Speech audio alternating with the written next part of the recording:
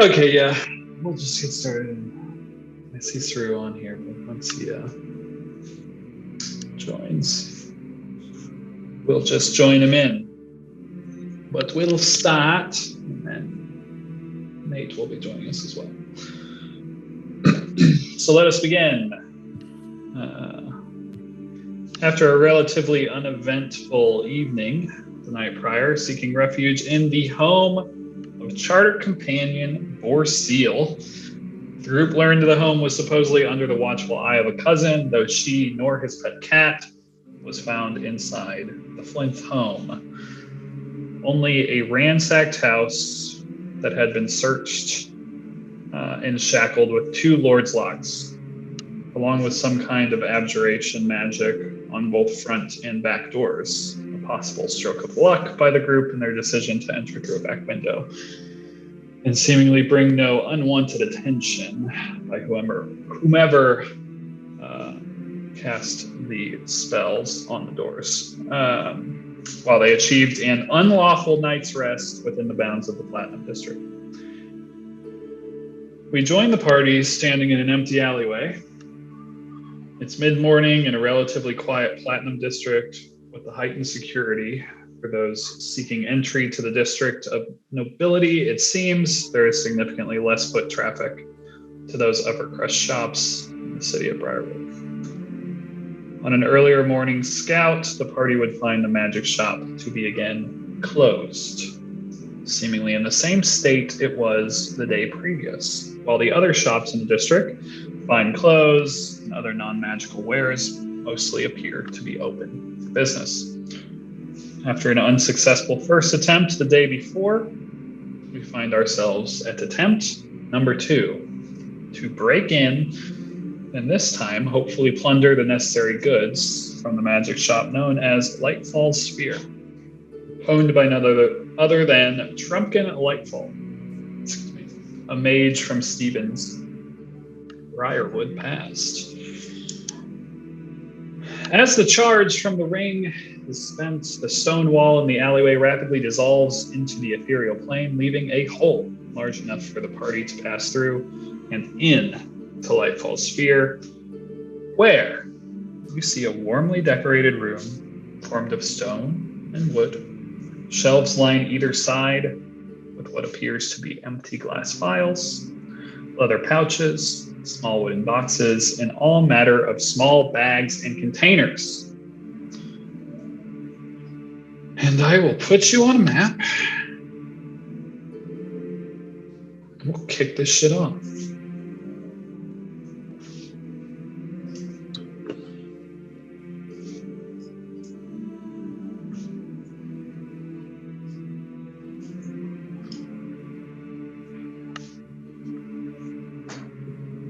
That is what you see before you.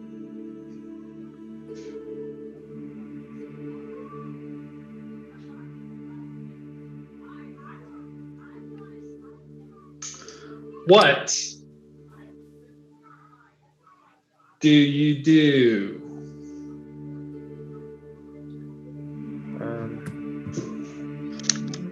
I'll go in. Say we need to make sure that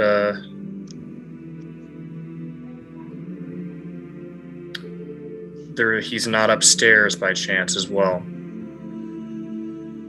Because I know there's a second level, right? There is technically a second level, where he would live above the shop. Okay.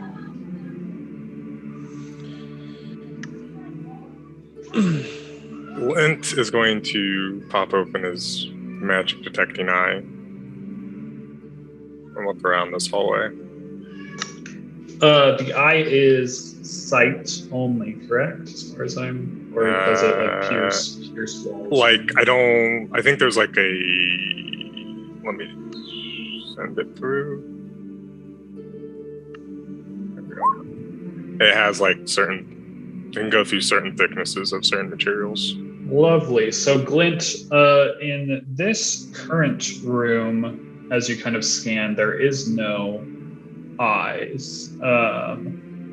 or eyes. There's nothing glows to your eye, is how words work. But as you kind of scan beyond through the doors to the south, through maybe the wall. No, not actually through the wall that direction. But yeah, through the doors to the south, mainly, and let me get like a little bit out from you, like this general direction, like in the main portion of the shop is where you're seeing a bunch of like auras pop up, which are likely surrounding objects. But in this hallway, everything's mundane, non-shiny. Yes, as far as your eye can tell, everything here seems mundane and non-shiny. And as you're just kind of looking at the objects here, it's like just a lot of like containers, be them like small leather pouches or small boxes or bags, things like that. But it all just seems gotcha. Mundane. And the doors don't light up? The doors do not light up. Okay.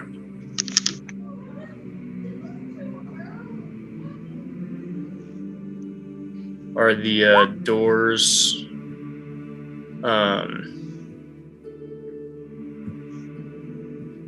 doors locked? Checking the handle or anything like that. No, the doors are not locked. Okay.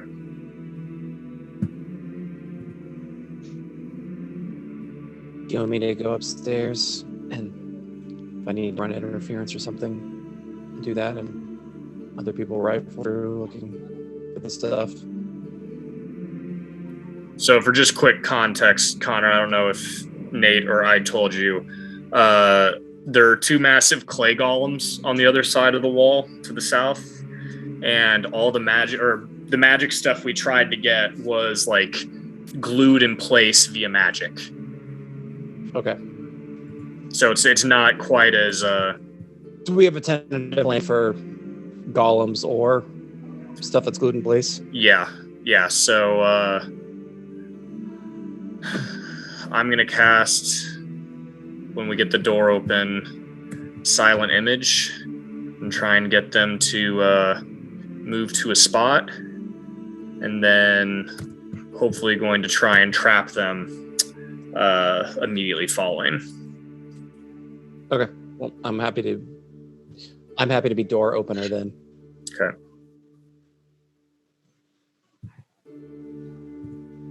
And Anna is making herself look human and I don't know, a brunette, and the Toyota Camry of human women and, Nice. in the store in Briarwood. Hell yeah. And if you see a dwarf up there, that's Trumpkin. He's pretty old. I don't know why he would be here. Normally the shop would be open, especially during the day. And so if it's closed, odds are he shouldn't be here. But, 2 days in a row is also pretty weird. So anybody's guess. yeah, it seems like he could be hiding too because of the general magic reporting stuff. Seems bad, but okay. Well, if there's no further ado, Anna will say we'll give Saru a high five and then open the door. Lovely. The clay golem door or the... Yeah, which door do we want to open? Going upstairs door. Sorry, I just thought the door. Maybe I should not be so hasty. There are multiple doors in here. Yeah, there's two doors. One to the north, one to the south. Okay, Steven's on one, and that's the one that goes to the main area of the shop. Oh, and the one to the north is the upstairs door? We're soon. Yeah, it's Steven would know that is like the storage room, and there are stairs back there. Got it. Okay. I can still go upstairs and check. I think you and someone else should go check, just because. All right. We don't want we don't want to get snuck up on. Anna will bring Saru and go check, and we will head to the door to the north. The door to the north. This is my best work yet. Let me tell you. Here we go. You guys are gonna just love it. He works fast, they say. All right. Opening the door to the north. Wow, look at those stairs. They're definitely part of this art. They all said at once. Yeah. Thanks, Roll20. Thanks, Roll20. Oh, there was a dang it. Dang it. This one's so much better and makes so much more sense. This one was here, actually. Not that other one. Pretend you didn't see that. The stairs are appearing and reappearing. Funhouse you got us into. This really is magical. Clint, I thought you said this room didn't shine.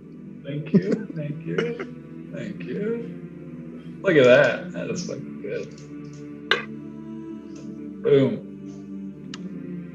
And Anna, you would know we have 10 minutes before our hole closes down on the first floor. Is it only 10? Yeah. I thought password was an hour.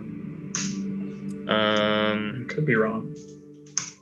It is an hour, excuse me. Yep, you're right, an hour. So you have a whole hour. Yeah, never mind. Less urgent. I had 10 minutes in my head. You spent 50 minutes dicking around outside. We should probably go in. After they opened the door, Saru did a whole performance in the threshold, and it took like 45 minutes. Yeah, I completely get it. It was a trial run. We're trying to get a performance inside this place. All right, Michael, these stairs go up to a room up here. Totally. Okay. So are you coming with? Oh, yeah. Okay.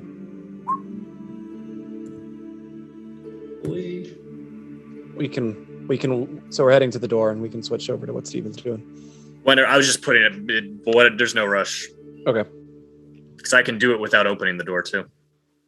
Cool. Yeah, and I believe you were waiting for them to return before doing anything, Steva. Oh, sure, yeah, that makes sense. I mean, you don't have to be. No, that would make more strategic sense. You tell me. Going upstairs, you do find a room. The room is locked. The door to the upstairs room is locked.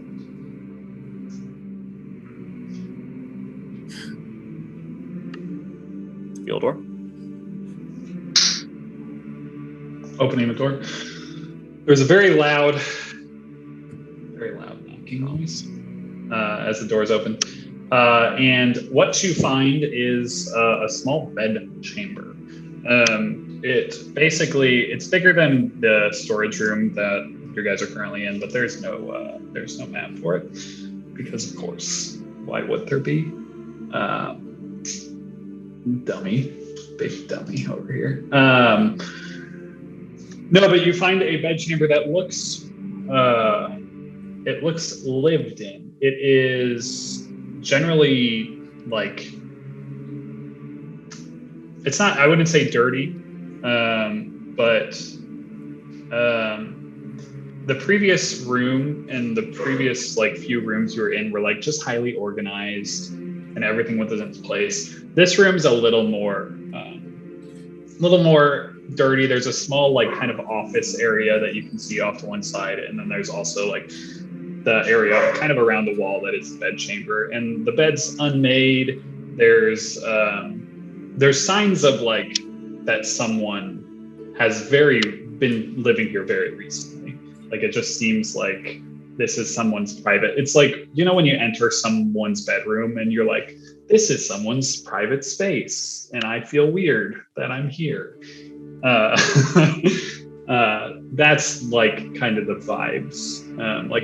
This is definitely very lived in. Can we do just a quick investigation check, rifling through a desk and some stuff, and Anna will be Saru, let's look for some, I don't know, some papers or notes, anything that a diary, and flip the covers, anything that might tell them how to turn off the golems or any of the security. I'm thinking of old man wrote down the password in the book cover of a diary or something like that, so I wouldn't forget. Lovely. Yeah, roll investigation. Nailed it. Solid start. It's so dirty in here. How am I supposed to find anything? It's so nice that you're sweeping up his stuff, but we don't have time for it. After you spend 50 minutes doing your performance, we've got to hustle. we only have 8 minutes. By my time. An hour? What performances are normally like 4. That's good. Yeah, so looking around the room, you find a few like books, a few journals, but as you like skim through, there's nothing of interest in the forms of like, you know, a password booklet so he can log on to his email account, Netflix. Yeah, he's got too many passwords floating around. So old man. Yeah. Okay. Yeah. Do any of the journals on a rifled through look like recent? There's a few of them actually with like recent jottings down, or just like lists and either like recipes. Like it seems like he's been here recently, just by like kind of looking at the notes. There's like an open jar and quill somewhere up there that does have like ink in it. It's not like dried out or anything like that. It seems like someone has been here within the last few days, as far as you can tell. And they're more like work notes, not like collection of thoughts or anything. You know, like there's that. maybe some personal Johns in there too, but Can I take the notebook or two that has the personal John? Absolutely. And she'll pocket them to read later. Great. I love So, that. I'm gonna write 2 personal Johns. Two personal Johns from John.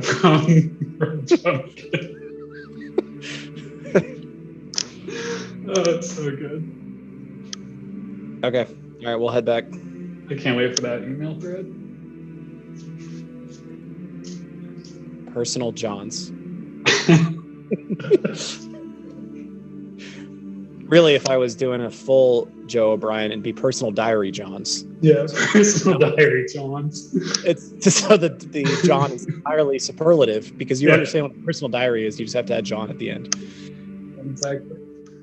All right. Oh, God. We'll head back unless you have anything else you want to do, Saru. Don't think so. Any other personal items you want to steal? Was there anything cool up there? Was my 5 No. Was there anything not cool that I think is cool? Don't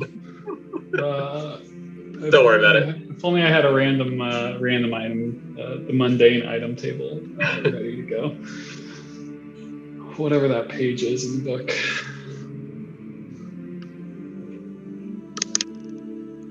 You return to your party to find them all dead.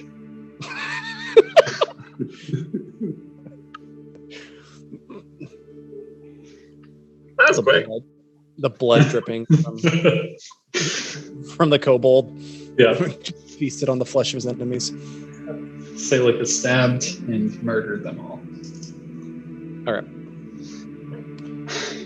Nothing particularly interesting up there, and he's not up there. It looks like he's been here recently, though. So, not abandoned for over a week, like the captain's rooms were, for whatever that's worth. So, seems like he hasn't shifted residence. All right. I don't believe. We'll cast Silent Image. Silent Image. Man, that's a spell that was getting used to now.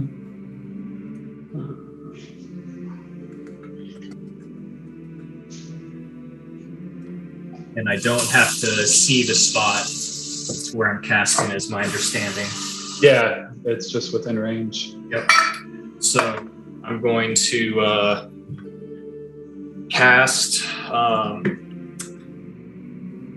and have a Stephen and Xerxes lookalike. Just like yesterday, since there's totally security cameras in this place. Scene stones, I believe they're called.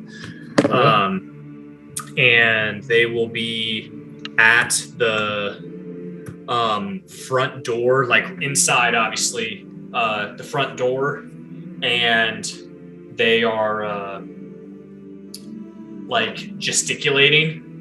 And as he does that, Steven wants to try and crack the door open to see if the golems see it and if they start moving towards it.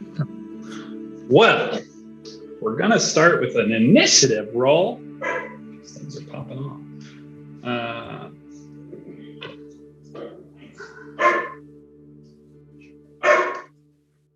If I can click my buttons.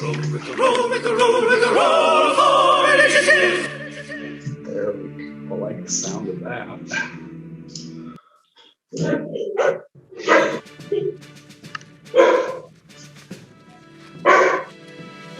That's where my token was selected, but do you want me to reroll?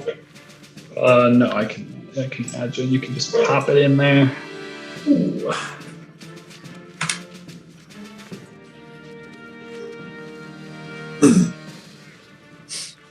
Get my bow out for what's sure to be close quarters combat. You know, be fine. Be fine. Alrighty then. So, as Steven gets ready to do his spell, which we will do during the surprise round,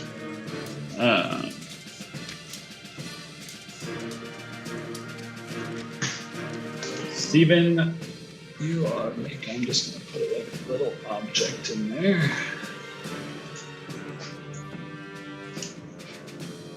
You said you wanted them kind of in between the two shelves. I want them right at the front door. Oh, right at the front. Because I'm going to try and trap them. We'll go my first break.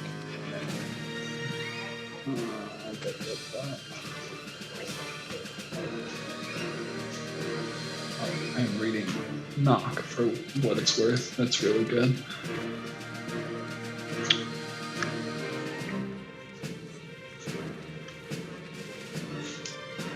Sweet.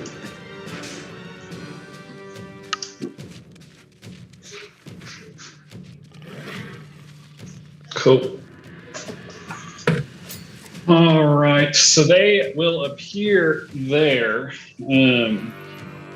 If you want to have someone else prop the door, that would work, because your action will obviously be the silent image. Okay, then yeah, I'll have.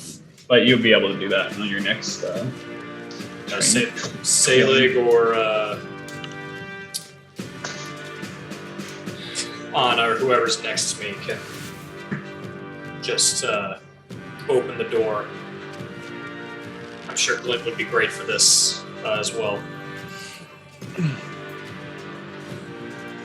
Speaking of, it is Glint's turn. What a handle is it? You know, it's like it's a nub friendly handle here. Nub friendly? They're nub friendly people? Yeah, it's not a knob. It's more Much easier to steal from. More of a lever. Glint will get up and sort of gently pull the lever down and move the door open. And we'll just open the entire door, even though you are just kind of peering through. But it's just much easier this way for me to do that.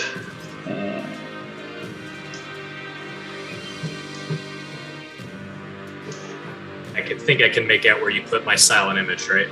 Yeah, right. You should right there. Oh yeah, it's pretty dark in there.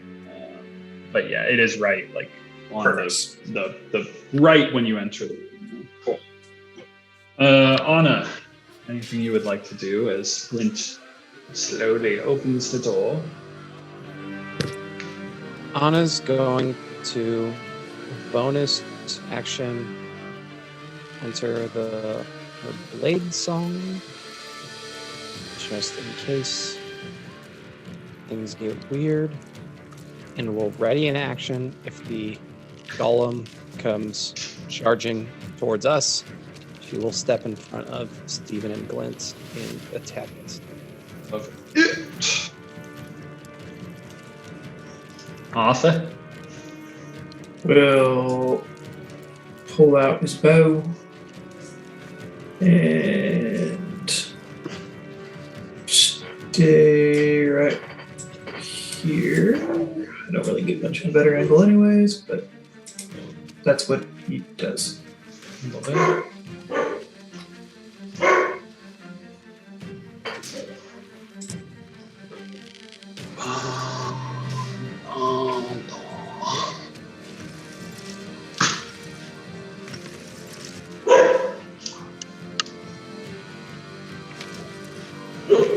This golem that you can't really see very well moves through and attempts to do some slam jam, which he does not hit because it is an illusion. Selig.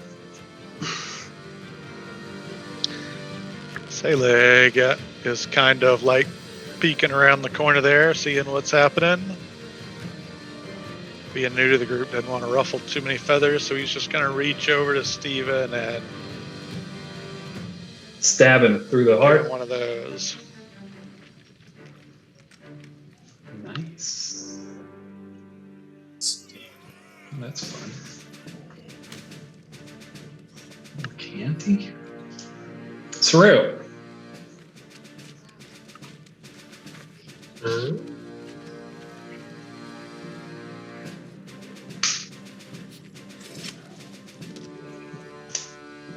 We're there, and we'll wait. See what happens. Lovely. The start of the round. This golem.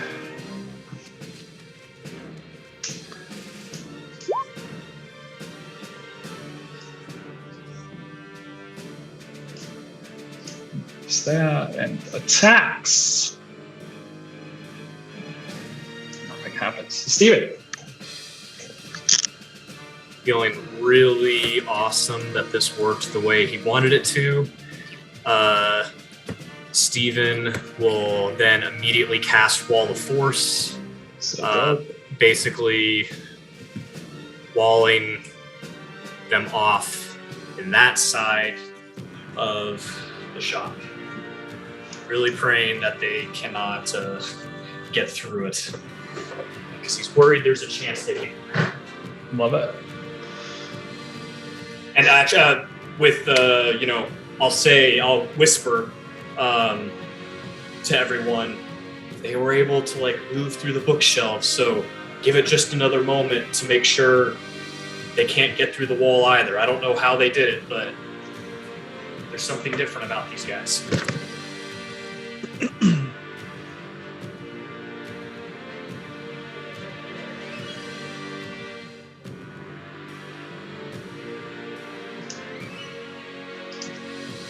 That's my turn. Love it.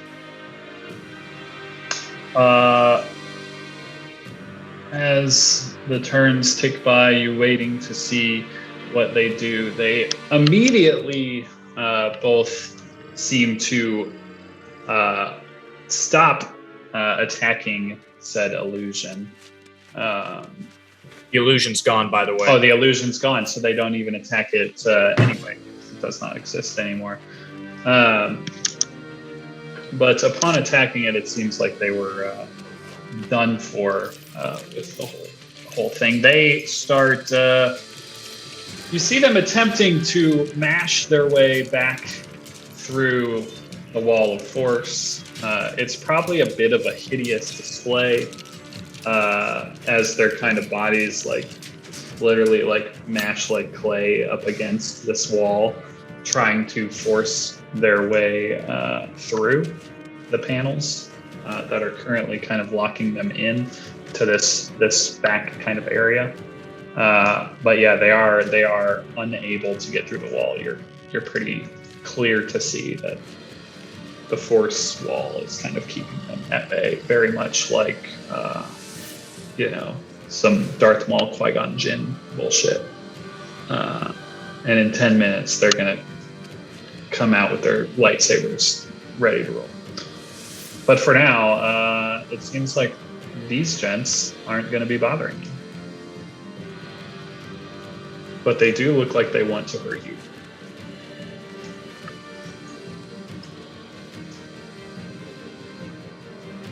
A lot. Steven will go up and just, give them the L loser, I'm sure they totally get the message. Just taunt the golems. It's good. It should be fine. All right, And you enter, into this room, which some of you are seeing for the first time. Others of you have seen before, Xerxes and Steven, who I just saw Xerxes' token move, and I didn't realize Nate was here. Welcome, Nate. That was alarming from my side of things. There are 2 golems trapped behind a fish tank. There are a set of doors here. There is a door here. And there are items everywhere. What would you like to do? Xerxes. Oh, sorry, go ahead, Bartlett. Are the doors on the left unlocked? They are. Open.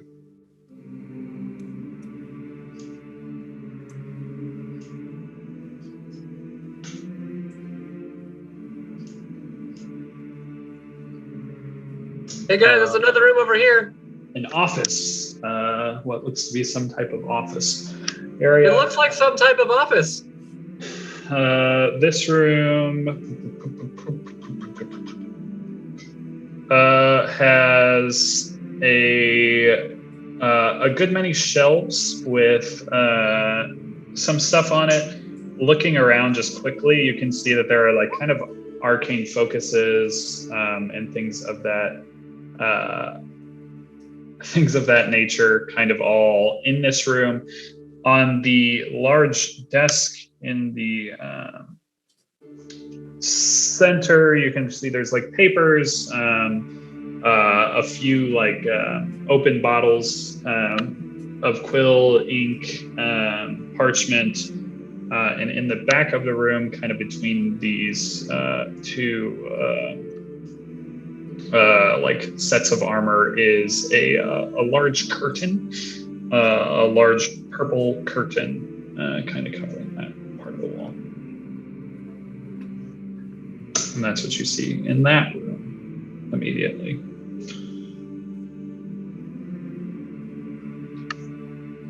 Would Steven have been in this room before? It's plausible. I think more of your dealings would have been kind of in the main area, and then some upstairs or in the back rooms.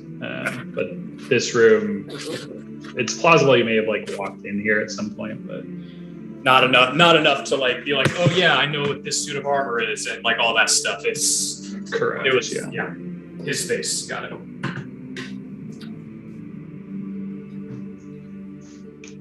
We need to get this stuff out of here. Someone want to look in the office to see if there's anything telling us what spell he used? And I will try like that hat we grabbed yesterday. I'm assuming it's still just super glued down, right?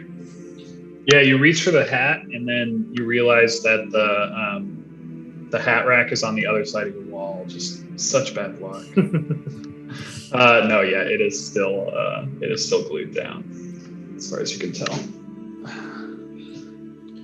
Michael, Yo. Is there any doors behind like here where you kind of Yeah, where Anna is currently, there is a door right there.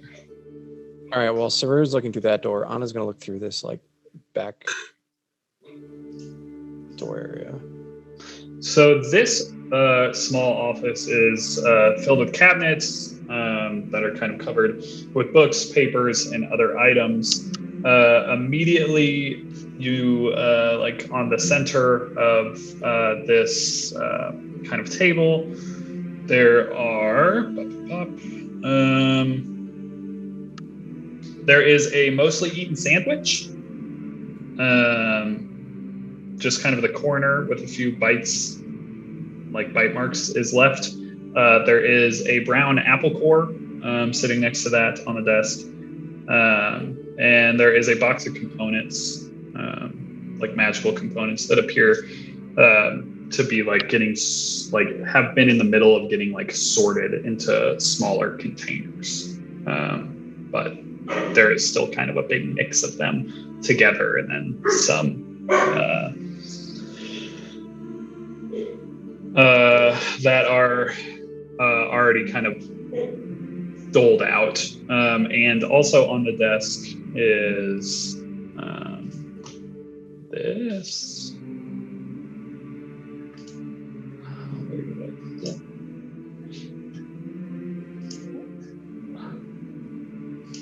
This notice, which you had seen the day prior, but it is kind of laying on the desk next to the sandwich and things.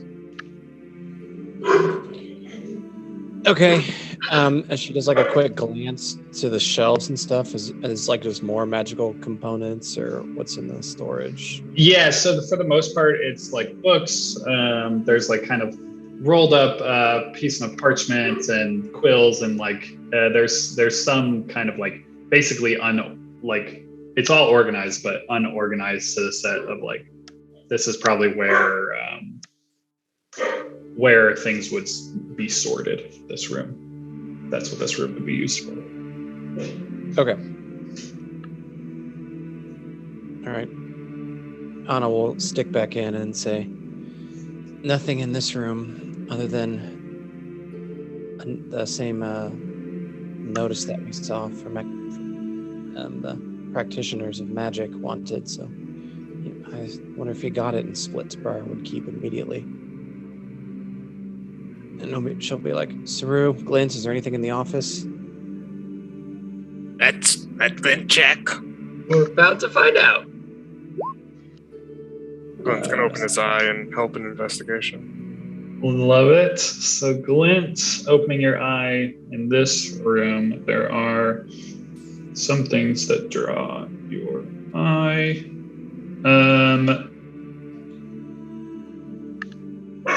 First off, this room is also full of like magical boxes of components that are all kind of organized out in their very specific places.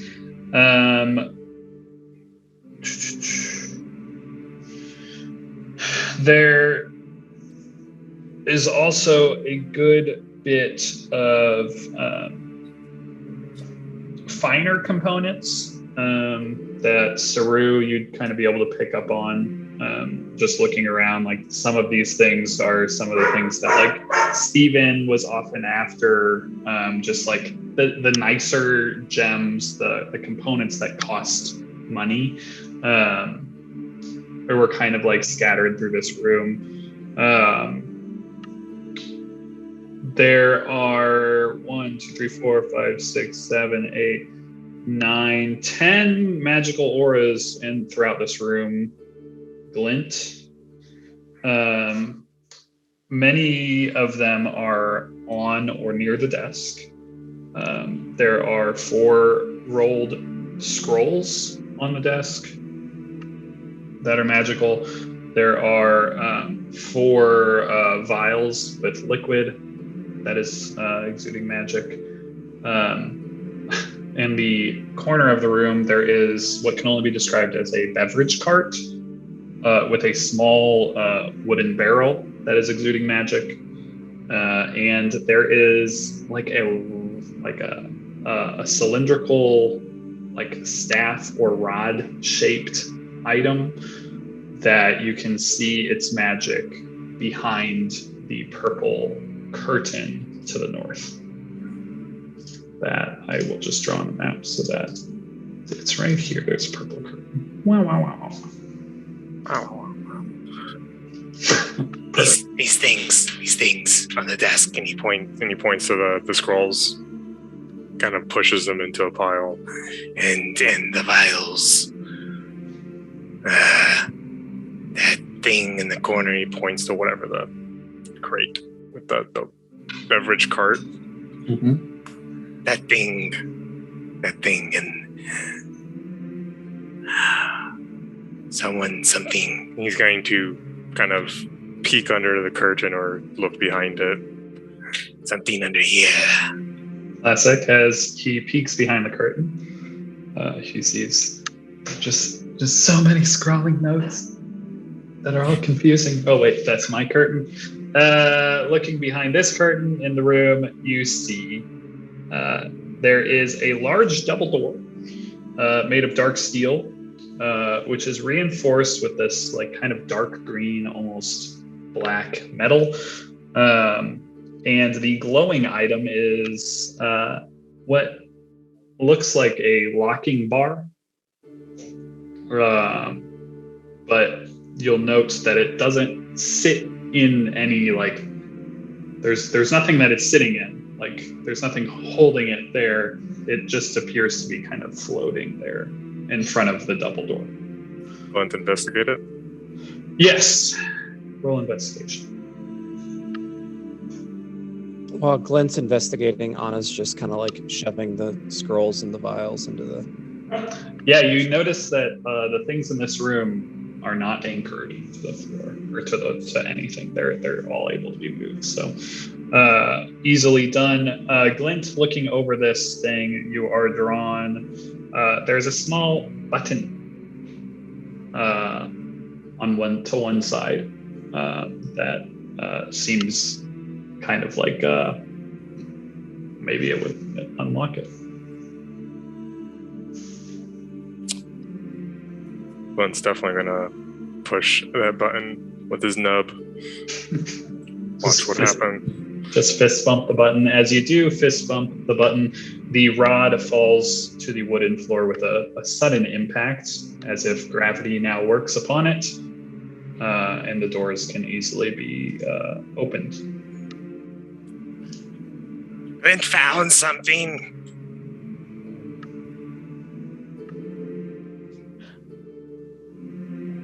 What is it? This door, Glint, open it. I'm gonna push on it. Pushing on the door reveals a spherical room with a very evident teleportation sigil inscribed upon the floor. Yo, Steven! Also, opening the door will require you to roll for initiative.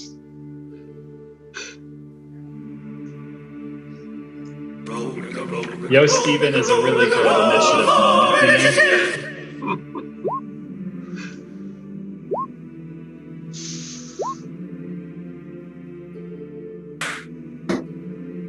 So it will be pushed to there for reasons.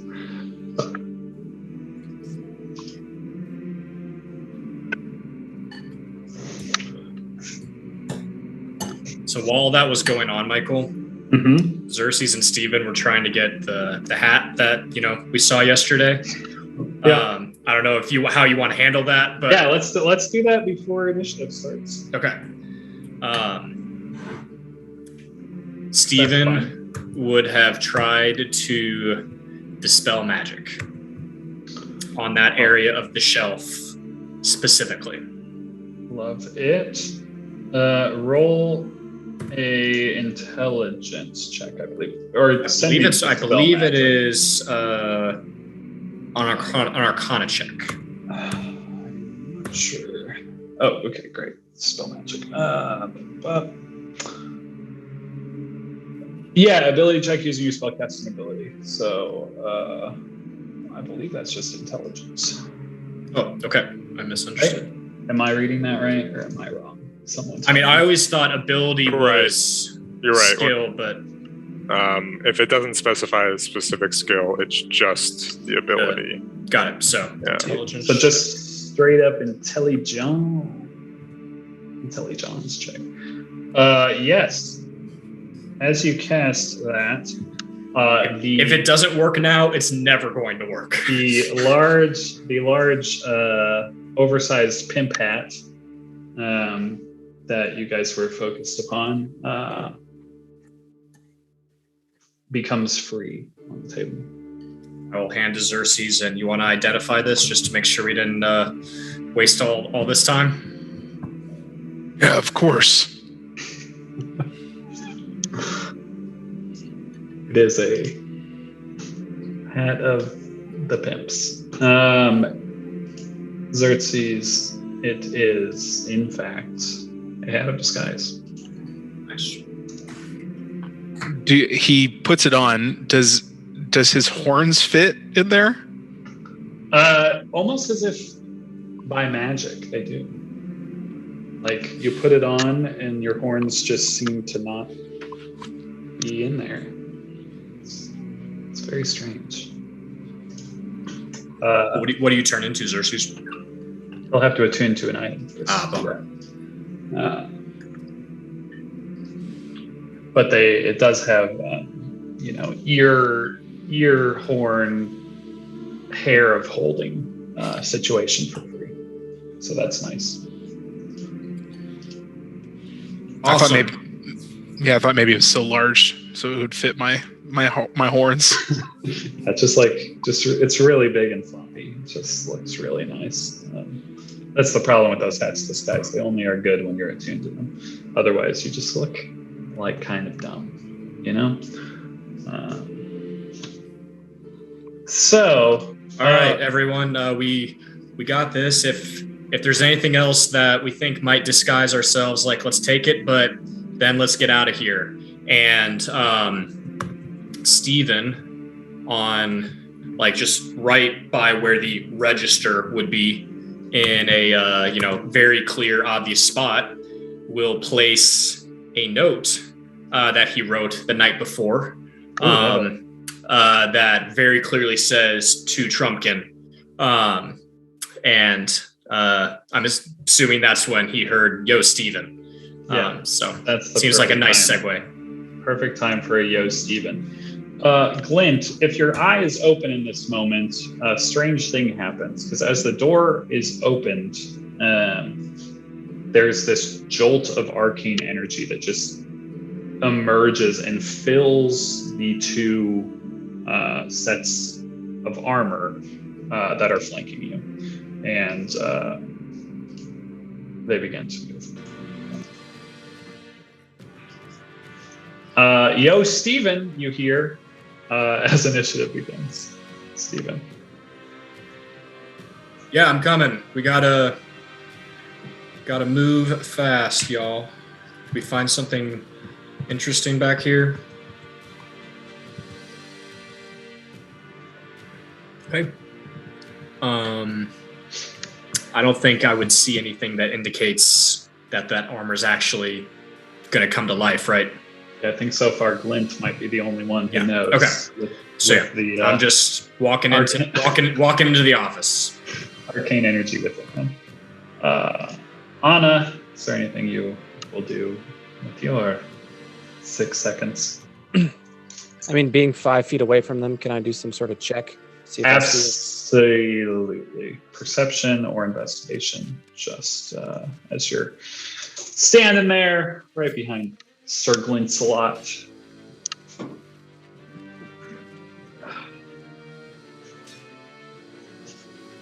Why was my character sheet down? I've already used it today. Okay.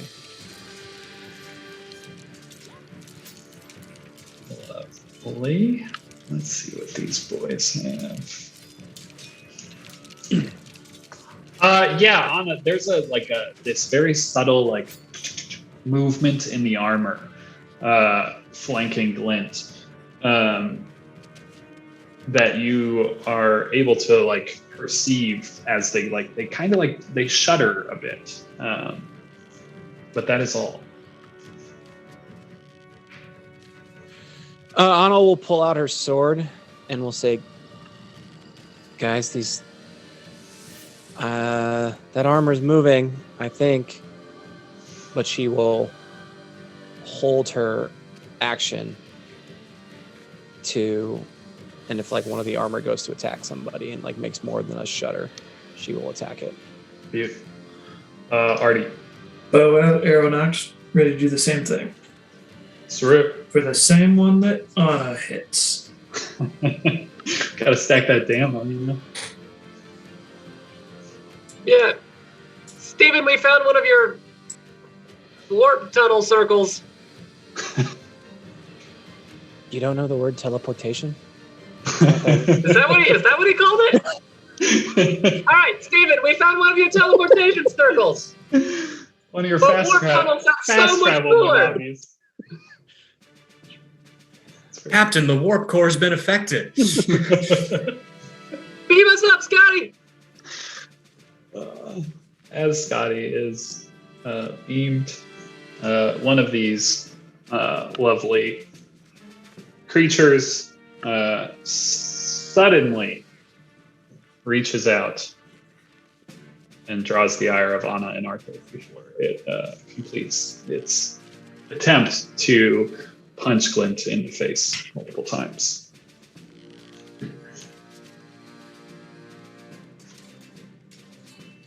Okay. Sorry, was reading about, I'm gonna use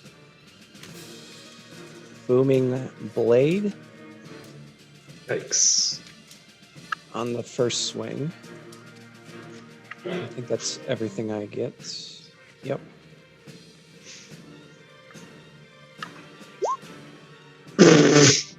That'll hit. That's it. I don't even know. There's not thunder on the second attack. I love it. I missed a click. Love to hear that.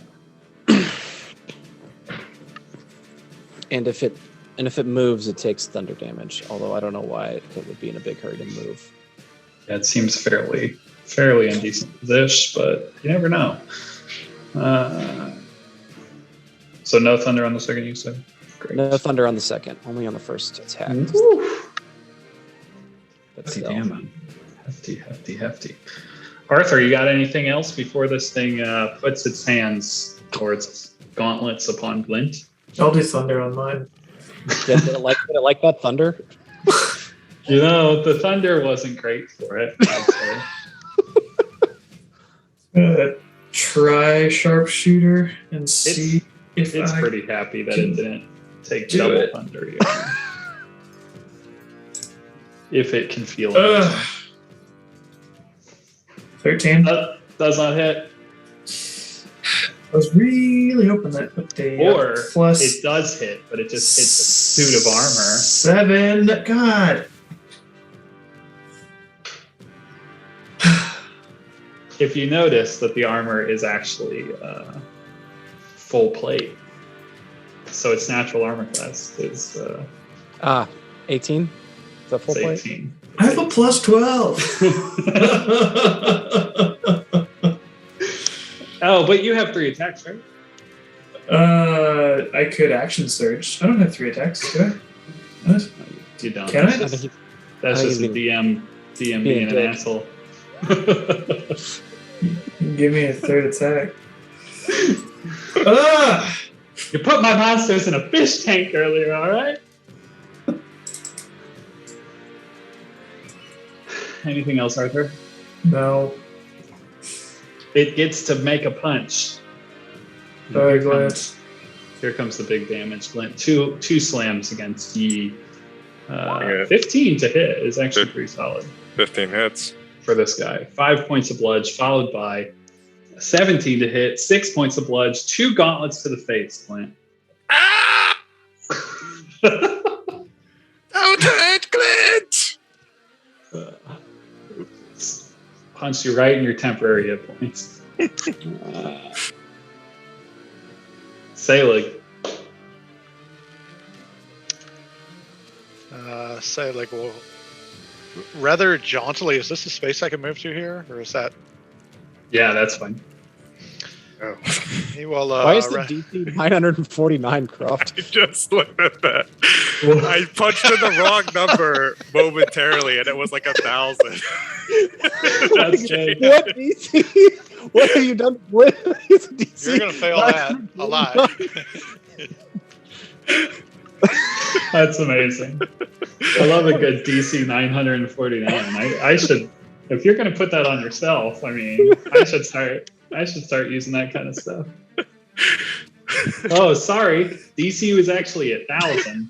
This is a Pathfinder. I don't even think Pathfinder gets a 949. That's pretty high. Yeah, it's a lot of math.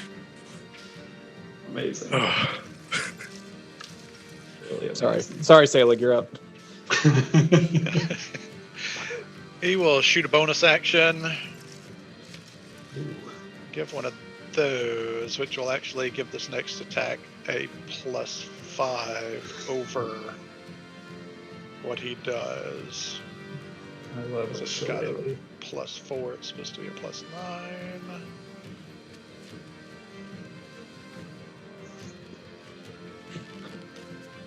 So 24 to hit.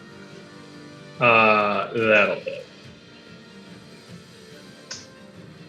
Bang, bop.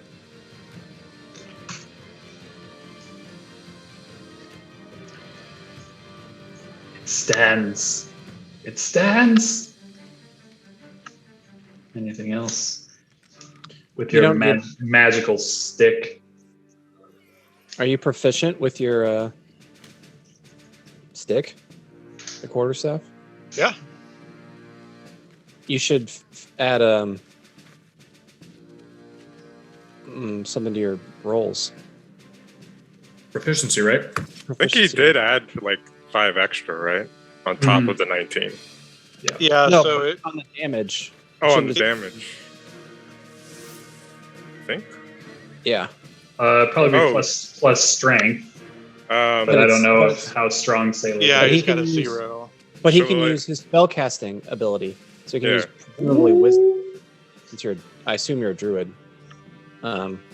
You should Oh, be I able thought to that use was that. just for the hit roll. Oh, and for the damage. Mm-hmm. Yeah. So yeah, 6 + 9.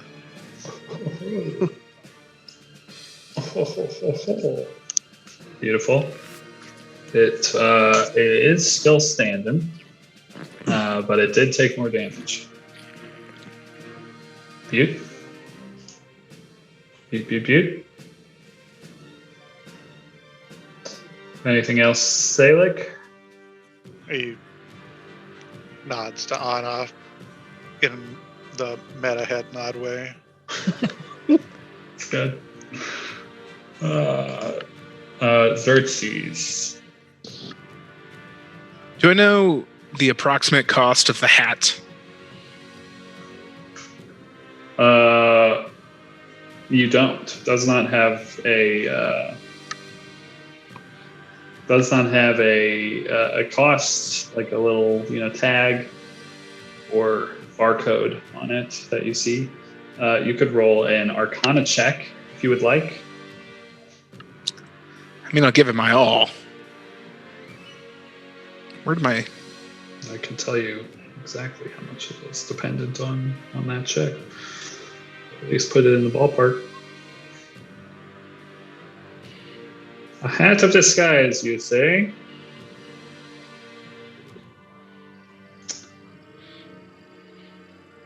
Yeah, you would guess somewhere between 4,000 and 6,000 gold pieces. Amazing. Mm-hmm.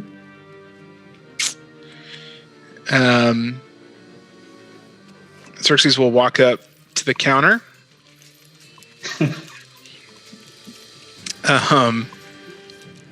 What does Steven's note say? It just says Trumpkin. I think it's an envelope. The outside says to Trumpkin, yeah, it's in an envelope. He'll flip the envelope over and find like a little quill, and he'll write,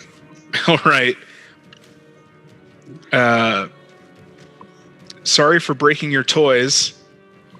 We needed this hat pretty desperately. I hope this covers it.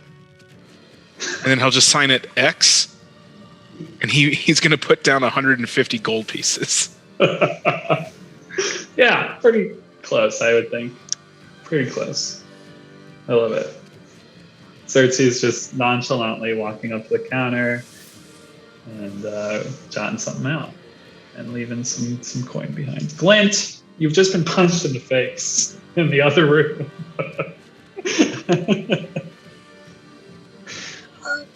Please don't. Glenn's gonna cower and kneel down and sort of prone himself onto the ground.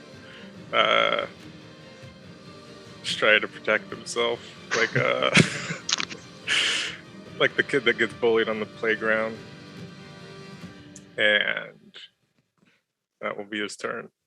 Love it. We'll call that the old dodge action too. Flavor wise. But this will be at normal, as this one now is moving and is technically flanking. It's going to try to punch you twice in the face. 15. Can I interject? Yeah, you got bring it on.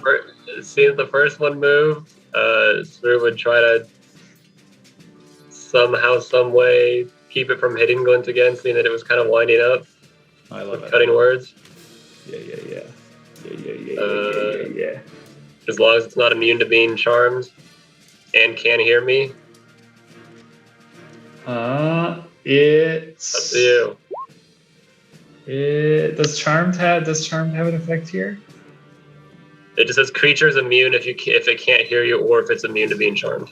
Hey, as you call out, it has no effect. It is in fact immune to being charmed. It's gonna kill Glint. Glint, why'd you have to open the door? It's second slam for another 7 points of blood. That's it. Just these things are just chipping away. That's all it's got though. Steven, you now see Glint being just attacked by the tag team of metallic gentlemen. He can stop.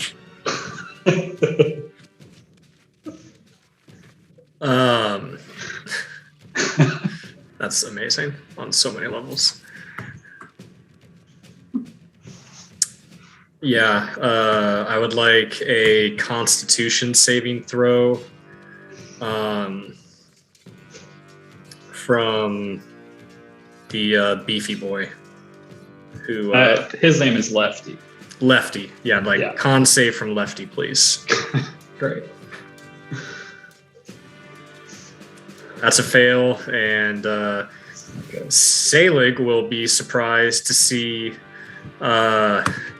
this like bright light suddenly shimmering all around, similar-ish to the Wall of Force, but not as big. And Steven will use his momentary stasis. Love it. To freeze Lefty. Stop that bad boy. Yeah.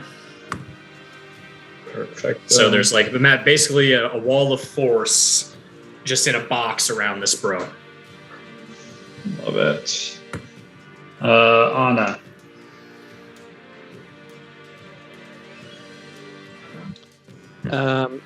Anna's gonna swing at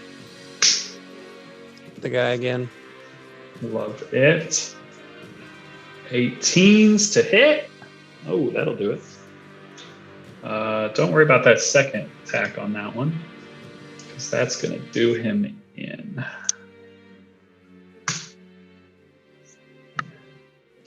That one will fall to the ground in a heap.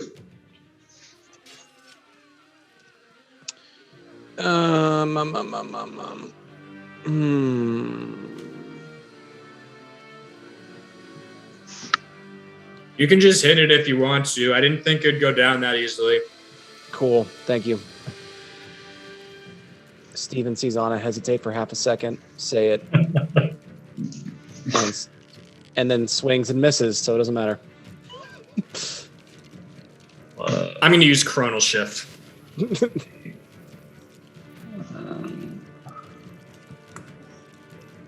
Perfecto. Hey. That hits. And is he freed at that point? Yeah, he is. Yep. He took damage.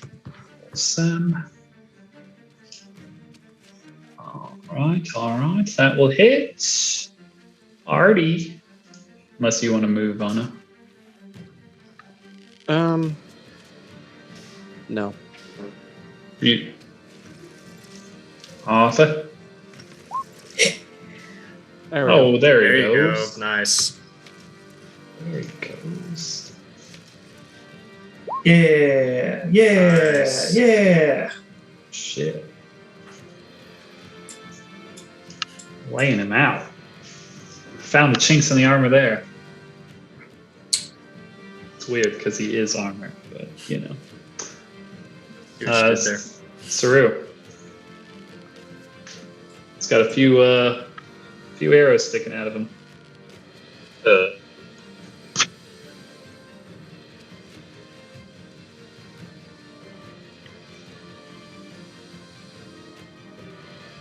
He's going to. I need to see if I have.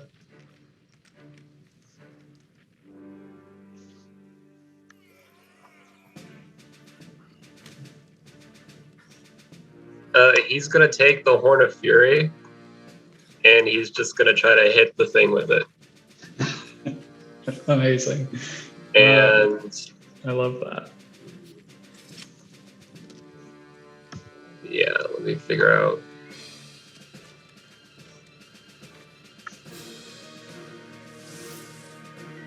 Dagger? Unhanded? Dagger works because it'll do bludgeoning damage. So yeah, claws or dagger, either will work. It'll do 1d4 plus. Cool. You want to confirm it? Nope. Everyone's upset.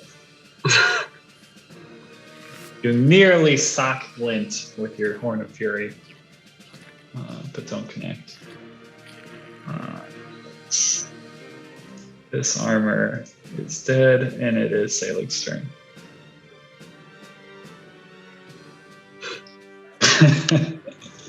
Yeah, just a full 2 gallons of beer appears in the horn as you try to smash it across that thing's face. Taylor will run over here and use his pack tactics that he doesn't have because he's a Tasha's kobold. And he will see if he did this correctly. Shillelagh. Hey, that looks right. That will hit.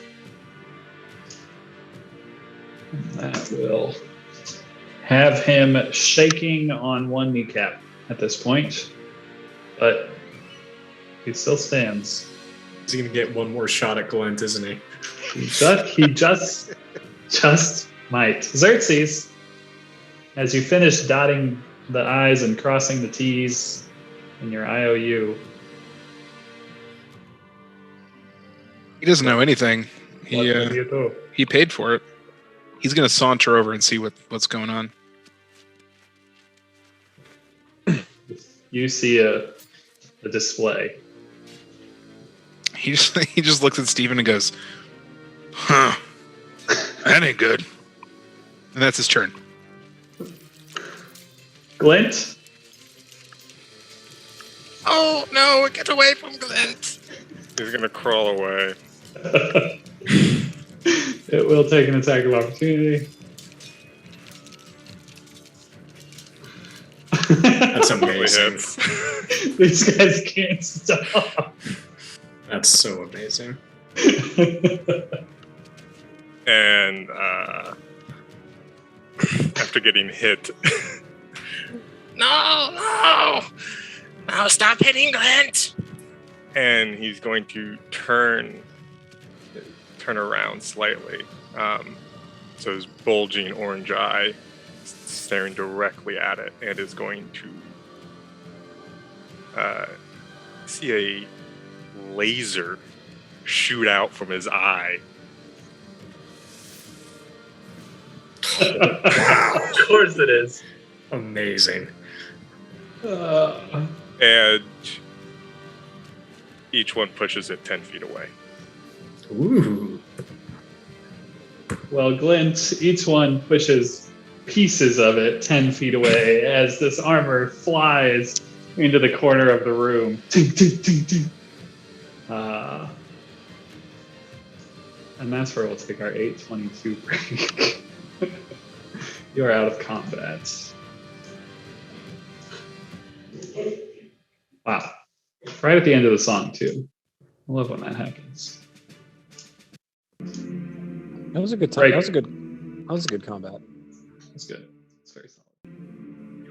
We open back up with a scene of Glint shooting literal laser beams out of his eyes to dismantle the final piece of armor after Xerxes put a fine rental deposit something down on the counter, and Paid in full. that's where we left it, or paid in full. Who's to say, really? And that's where we jump back in. You have 8 minutes before the wall drops. Is Glint still like cowering? No, he's kind of actually he's like switched, like kind of coming down from seething.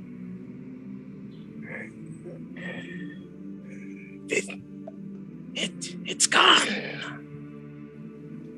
Anna will offer. Will sort of like, as much as she can, help Glint up. Offer a hand for him to like put his nub on and kind of shake him or something. That was a hell of a shot, Glint. Did you know you could do that? No, that's first time.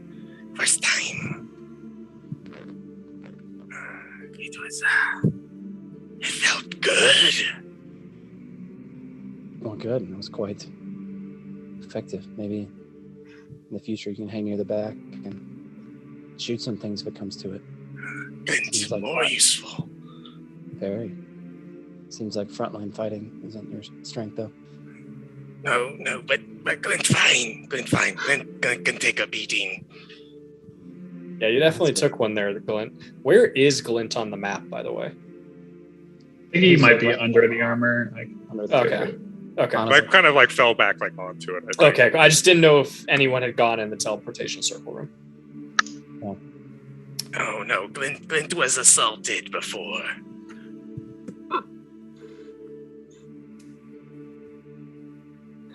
Michael, I'm assuming Steven had no idea this was here. Correct. Yeah. He would like to take the next 60 seconds to study it. Beautiful. 7 minutes remain. I've got. Let me just tell you, I've got another 5th level spell slot. Add Lightfall Sphere basically to your list as a place that you can teleport to using teleportation circle. Does Glint know what this stuff is? This thing is the circle is because it didn't light up with the detect magic. I don't know. It might light up. I'm not sure. It's a permanent circle. I don't know exactly if that how that works. There might be like this faint magical residue. I would think kind of on the ground there. Roll Arcana for funsies. Yeah, I think Glint would actually. I love that. I think Glint would actually be able to kind of like put together what that is in his mind, like that this is a means of transportation using magic. Whether he knows or not, like exactly what it is, like in the sense like a teleportation sigil. Like he probably thinks it's more of like a warp tunnel. Don't know where I would come up with that, but warp tunnel would probably be what he would call it. Stephen, you know how to do these things, these arcane tunnels. Yes, as I'm writing down the sequence. You can travel pretty far using these things, Glint. Yes, Glint. Perhaps Glint has seen them before. You have? It sparks something. And he like points to his head with his nub. All right, we'll have to pull on that thread later, Glint. I'm interested to hear more. Yes. You'll show Glint what you know too.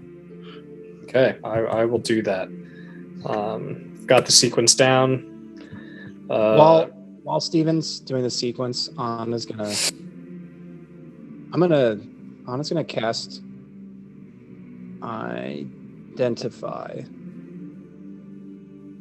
which I don't normally prep, but I kind of think if I would have prepped if I'd had the heads up to go from going to a spell splat. Yeah, that's totally cool. But I want to do it on the thing on the beverage cart that Glint had pointed out when he was pointing to it. Lovely.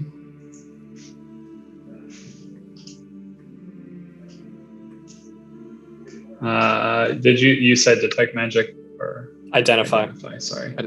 Identify on the barrel on the beverage cart. It is. What the fuck is it called?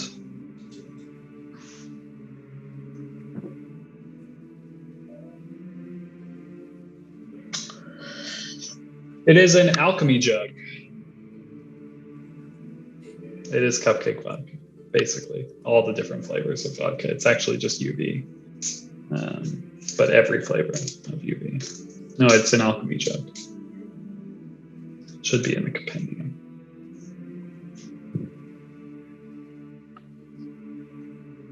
I feel like it's like, I don't know if it's better or worse than the thing Gildor wanted to use to build an empire. It's got more variety. It's like a cousin. Yeah. Whereas Gildor just wanted the wine pitcher. This guy has the wine. Apparently, mayonnaise is an option you can get from it, which is fantastic. Acid, just the whole spectrum of what you want, you can get. You can get mayonnaise from it. Yeah. And they're like, on this beverage part, it's like this thing. There's a few like, there's like whiskey, a few other like liquors, and there are like some cups nearby. And that's kind of what forms up the beverage part. But this is like the main piece on the card.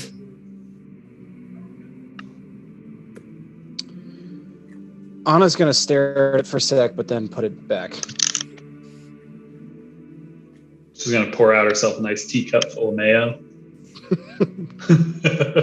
Acid or poison. Yeah, Anna's gonna put it back, and then I assume she'll have had her. It'll probably taken her the 60 seconds or whatever for to decide, and then she'll glance up and see Steven's finishing up writing the thing. All right, did we find anything here? We've gone one hat of disguise. If we could find something else, that'd be awesome. Otherwise, we should probably split while we can. Did we take the potions and scrolls? Yeah. Okay. I grabbed 4 potions and scrolls. Ooh, scrolls. What were they? Just grabbed them. They came up. How long would it take? It would be pretty easy to identify what they are, right, Michael, just by reading it? Yes, depending on what level they are, just an Arcana check. Okay. If you want to take a peek at them. Yeah, I want to take a peek at one. There are 4 of them, so roll a D100. Or a D4? Or a D100? Or a D4. Either one works.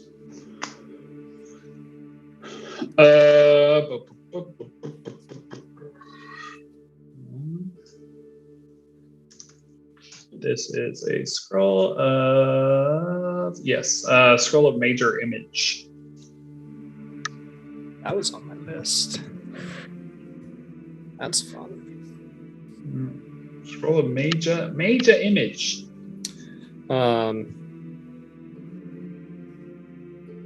Awesome.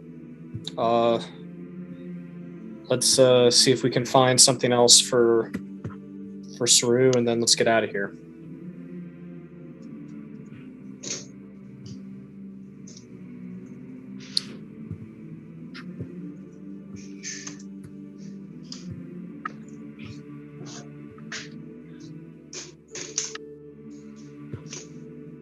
I assume there are no other hats.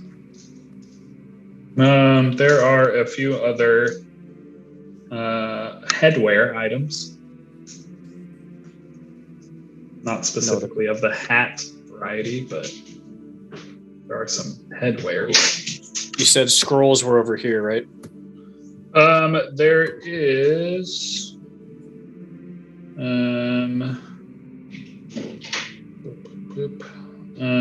There are scrolls. Did he label them, or are they just rolled up? They are just rolled up. Yeah. Okay. Or give or take about 20 of them. Yeah.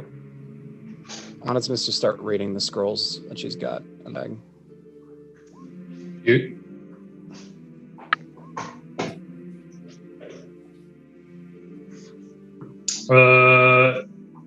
Boom. Not a 4 because we already did that one. Don't have that one. Really. What? Keep going. That was awesome. Anna starts reading out loud. No, I read that one. Okay. Starts reading out. Right no, I did that Anna one. Always gives herself like maximum damage on those for sure. cuts. That was incredible. That was incredible. On just spending the next, few seconds reading those.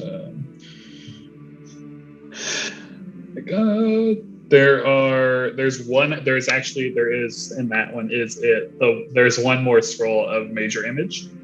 Okay. So there are 2 scrolls of major image, and then there are 2 scrolls of non-detection, and that makes up all of the scrolls. And the potions are easy enough for you to identify as 4 potions of greater healing. Whew. Yeah.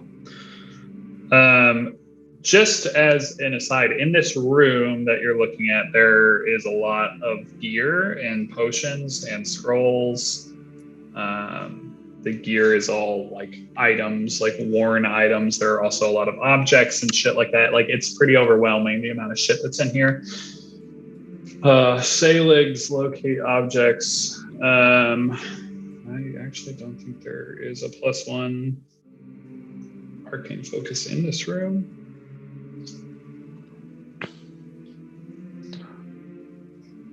Magical wooden staff. There is no wooden staff in this room either. Bad luck. If you're wondering, all of the items in this room were rolled for. So that's fun. That was just a good old time rolling out these items. And if you're also wondering, to peek behind the curtain as Flint did earlier, the Hat of Disguise was rolled for, and it did hit. So that was lucky. It's lucky. And that's probably why there was 1 hat and 4 other headwear items that were not like hats. They're like circlets and shit. Can I do an Arcana check? I'm pretty sure like a Hat of Disguise wouldn't come in like those other forms. Like, by looking at the other stuff we have. Yeah, they don't. Only one. They don't look similar in that vein. Like, it'd be weird for goggles to do that, to have that effect. That's just, for whatever reason, D&D. That's how it works. No goggles of disguise. It's just not a thing. Fun. Even though that would make more sense because of the nature of the spell. The thing with the nose and the mustache. Mm-hmm. It's basically goggles of disguise, if you ask me. Canon, that's what the Hat of Disguise looks like.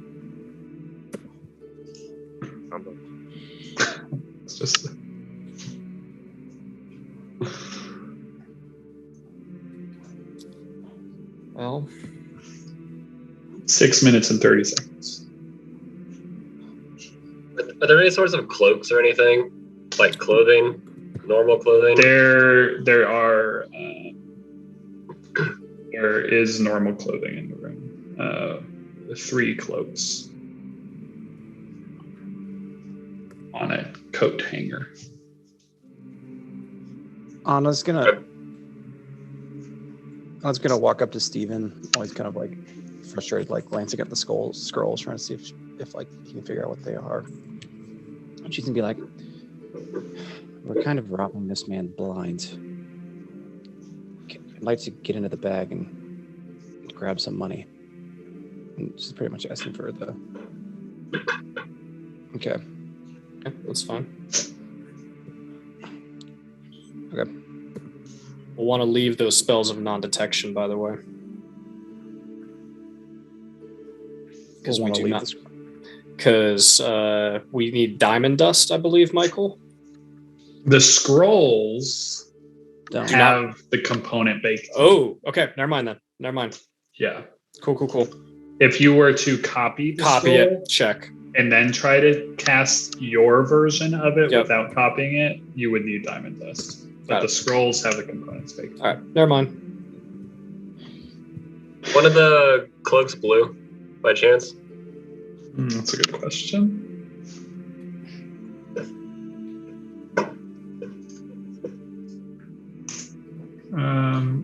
My inclination is to say yes, but let me check. Why wouldn't you in this situation?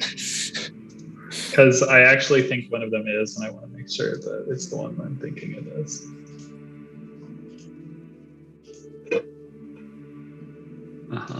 Okay. What's the third one? Because there might be 2 blue cloaks. There are 2 blue cloaks. He'll take the one on the left. Well. And Can you take it?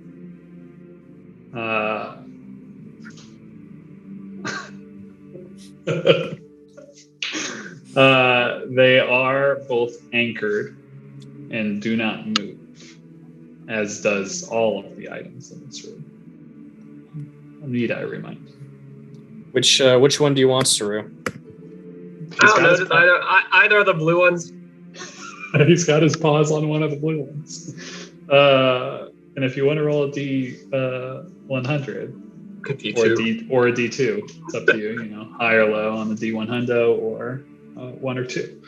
It's up to you. Which one his paws have led him on to. Beautiful. Low.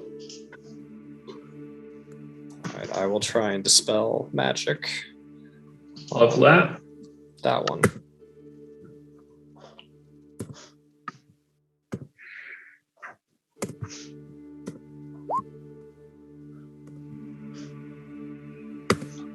Intelligence. Oh boy, that didn't work. That does not release the magic. It holds. Oh well. Are you sure, Saru? I can try one more time. That's up to you. Can I try one more time? Does that work?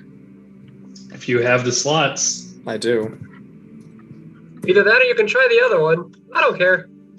Yeah, I'll try the other one. I'll see if I have more luck with the other one. Literally playing slots. Yeah. Yep. Now on to Oh the my other one. gosh. Wow. Does All not right. really. Yeah, they're not coming up, Saru. I'm sorry.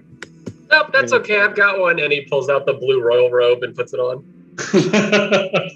He goes, I was going to swap them out, but this one I guess is fine. It's not magical, though. Maybe those were. I don't know. Yeah. Sure they were. What a sad and fun moment. The swapping out and the random. It was like the choose a door. Do you want to switch your door moment? Mm-hmm. The Monty Hall problem. Hey, while they're doing pick your cloak over there and failing, Glint Okay. wants 6 on the die. Glint just wants to touch as many things as he can to see if the guy missed. Nice. Just happen to just miss anything. Okay. I have a number in my brain. Roll a D100. I will hit enter right when you do it. If you hit it, Okay. you get something. Exactly. Everything is protected. That'd have been amazing.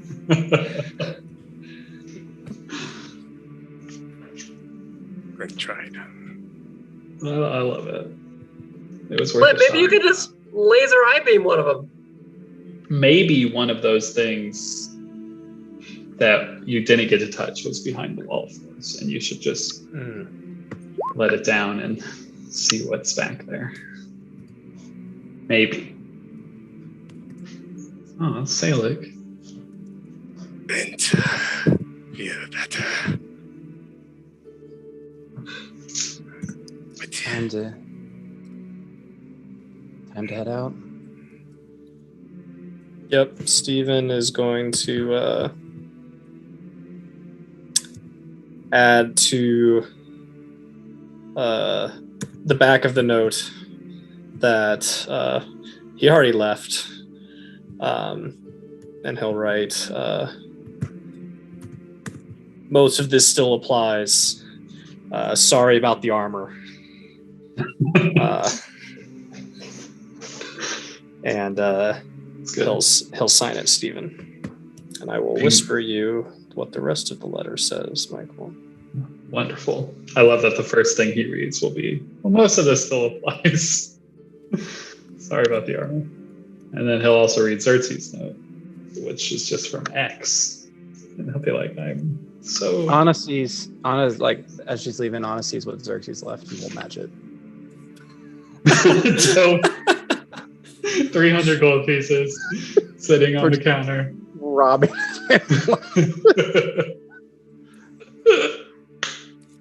Oh, are we leaving tip money? Yes, bro. I've got some leftover stuff in that pouch that Glint gave me. What is this? 4 or 5 platinum pieces? Sure. There we go. The 50 gold. We're getting there. We're getting there slowly. But, you know, who knows? Sorry, couldn't find a parking spot. He wasn't here to validate your parking, so it's really just... It's fine. I see as you're forming up and easy to grab. Oh, I didn't even bring the... Where's the rock? I left the rock somewhere. Oh, no. I'm a terrible, terrible DM. Don't even know where it is. Maybe it's just gone. golems. It was attached to it was attached to Honor earlier. It can see the columns? Where is it? Underneath one of the goals? I think it's up in this area. Oh, there it is. There, I found it. Yeah, it was on top of Honor earlier. There you go. Anyone watching is confused about what happened?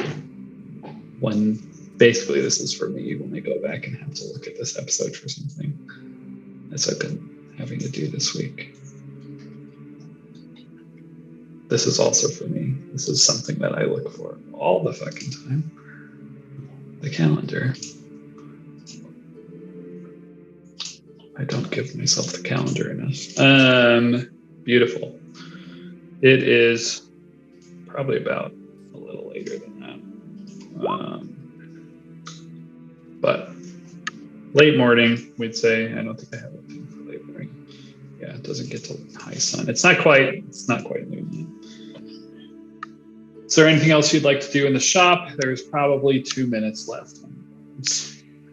Selig will indicate he'll all of a sudden kind of do a jump start and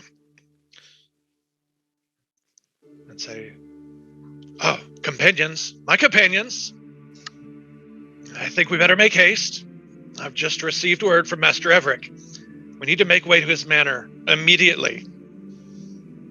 It appears the Devourers are up to something quite cruel and quite new.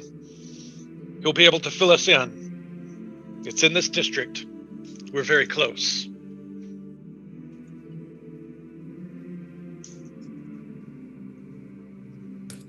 I'll probably phrase it in a way that, like, we need to go, not will you go.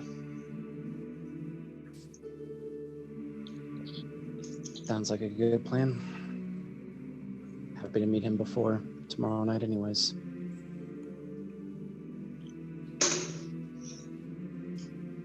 Is there a way we can get there safely without attracting a lot of attention?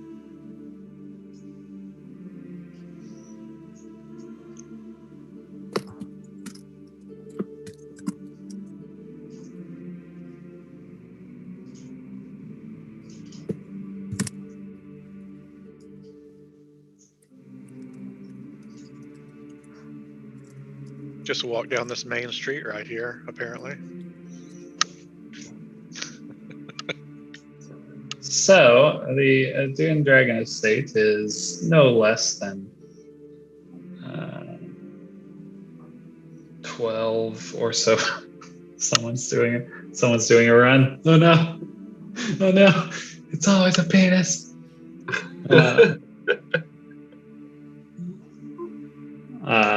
Yeah, so the Dunedragon estate, as Sailing knows it, and probably others of you, it is kind of up on one of the like terraces, and it basically takes up this entire terrace.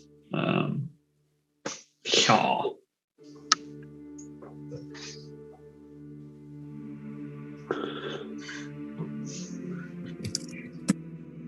Okay. That doesn't look like a penis. Anna's got no objection to going down. It's funny because I don't think there's any way that I would know if you're showing your rulers to everyone or just me. So when I say things like that, it's like, does everyone see that Arthur's making those drawings, or is it just me? I don't know. DM has Tourette's. There's a separate Zoom call going on. Like, is it just me that sees those horrific drawings that are being made, or is it? The ruler is a powerful tool to send messages to only the GM, because anytime you use the hide from others, I still get to see it. I thought I had it on show everybody. I just don't know. That's all I'm saying. We saw it, yeah. That's all. I wasn't attempting to make All right, crass. so I was typing. Are we going to the Dunedragon estate? Is that what I heard? Okay. Assuming nobody has any objections. Xerxes wearing the hat, by the way. Love it. You will need. No, I know it requires a 2-man. He's just wearing it.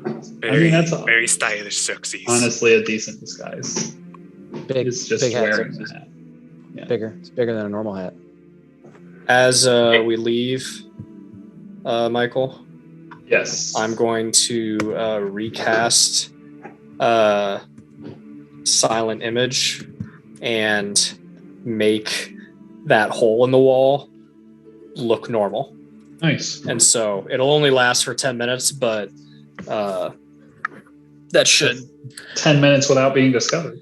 Yeah, exactly.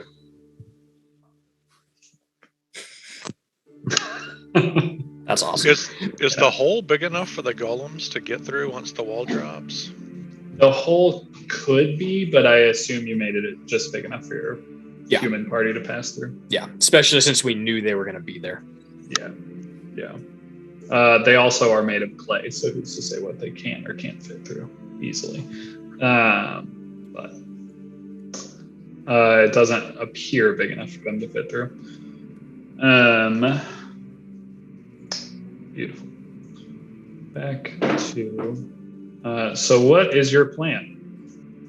Are you heading towards the estate or elsewhere? State. I'm sorry, did we cover this? How did Selig say how he got word from Dunedragon just now?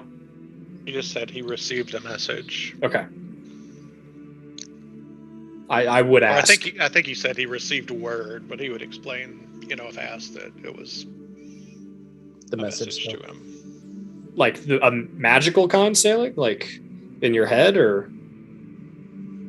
And he will answer via his telepathy to Steven. Oh, yeah. I forgot you could do that, sailing. Carry on. Hey, look, are you going to answer him? And he'll say to Saru with his telepathy, yes. Dude, I asked you the question.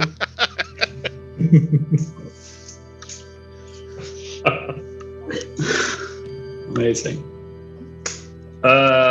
Beautiful. Sailing knows the location of the Dunedragon state, and it's possible that others of you do as well. Just knowing the general layout of Briarwood. Making your way there, you see, again, the streets are not like filled with people. There are people here and there, and you do see multiple patrols on your way.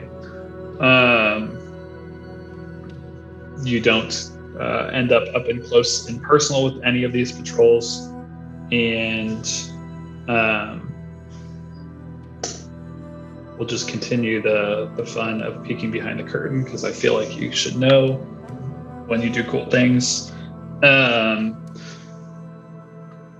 Both the staying in for only less than 10 minutes, accompanied with the 10 minutes of covering the wall, you avoided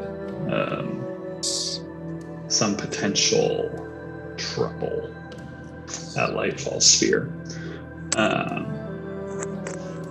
Something to be noted that I think is just kind of cool that you otherwise wouldn't get to know.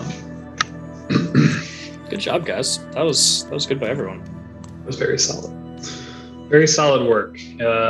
It's poopy to not come out with all the things you could have come out with, but it is cool to come out with anonymity and still being undiscovered. As we're walking, I would probably just I'm really sorry, Stu. I don't know what happened. I got the hat off easy, but those cloaks, they were just stuck down like no one's business. I don't know. That was. I'll be sure to get you another cloak, Saru. It's not a big deal. It's just I figured I'd just swap them out because maybe it'd be something cool. But I mean, magic works sometimes and sometimes it doesn't. Not a big deal. They're very much like Cloak of Ring of Wish Charge Restoration. It's nice. Always go for the blue cloaks. That's what we learn. After some time, you do make it onto. I'm just going to put it there for now. Estate grounds, essentially. You make it to the outside of this very large estate that is enclosed in a small stone wall. The wall sits probably 6 feet, and it's very squared off and thick, kind of like a short, thick wall. Excuse me. But as you approach, you are met by guards.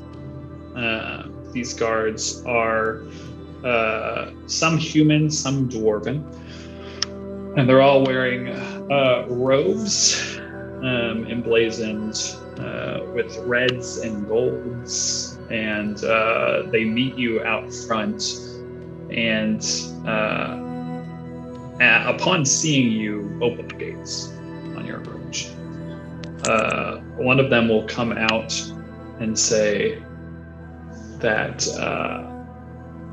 Calic Everrock is expecting you if you will follow him, and he will lead you into the estate.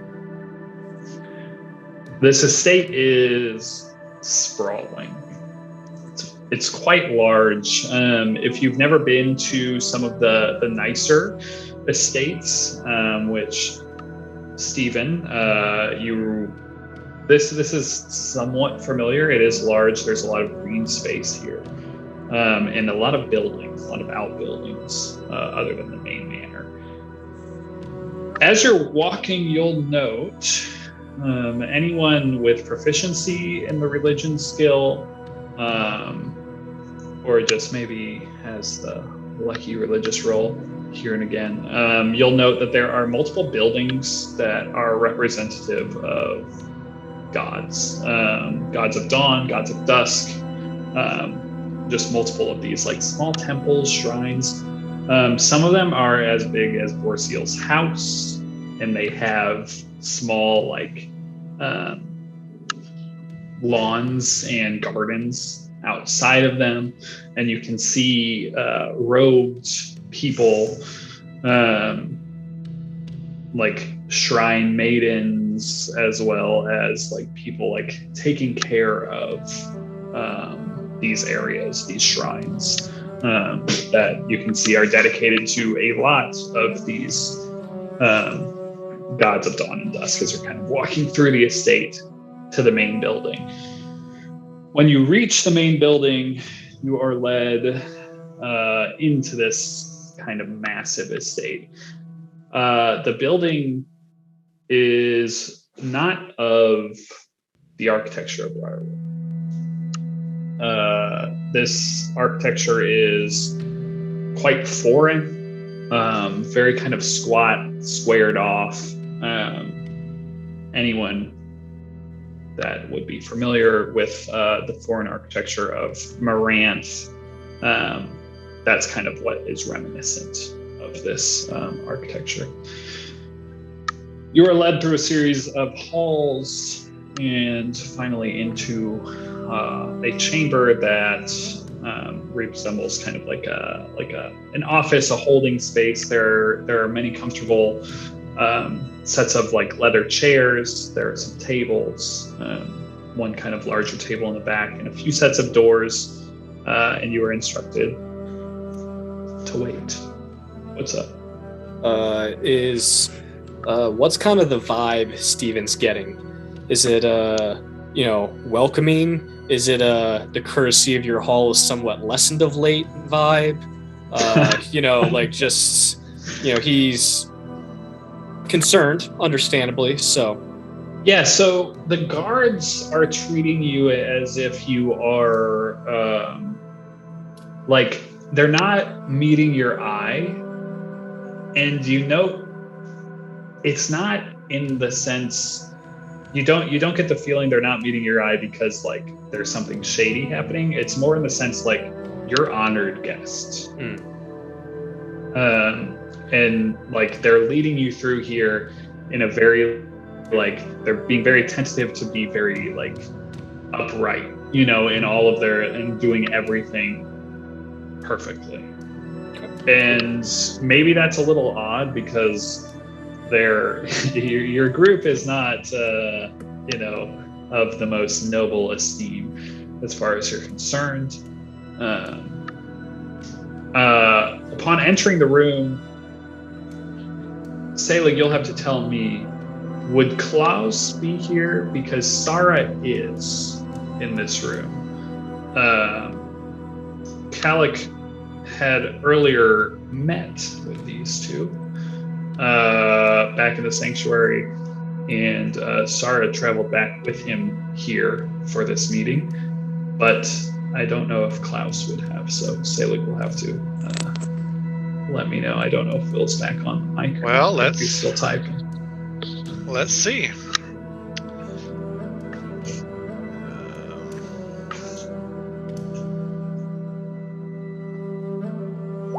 He is there. I don't even want to know. Beautiful. Klaus and Sarah are in the room, and naturally they have brought the Grubstakers parlay with them and have been playing as they are waiting. And upon your entry, Sarah will kind of get to her feet and tell you that she's been quite worried. kind of giving you this, talking to, if you will.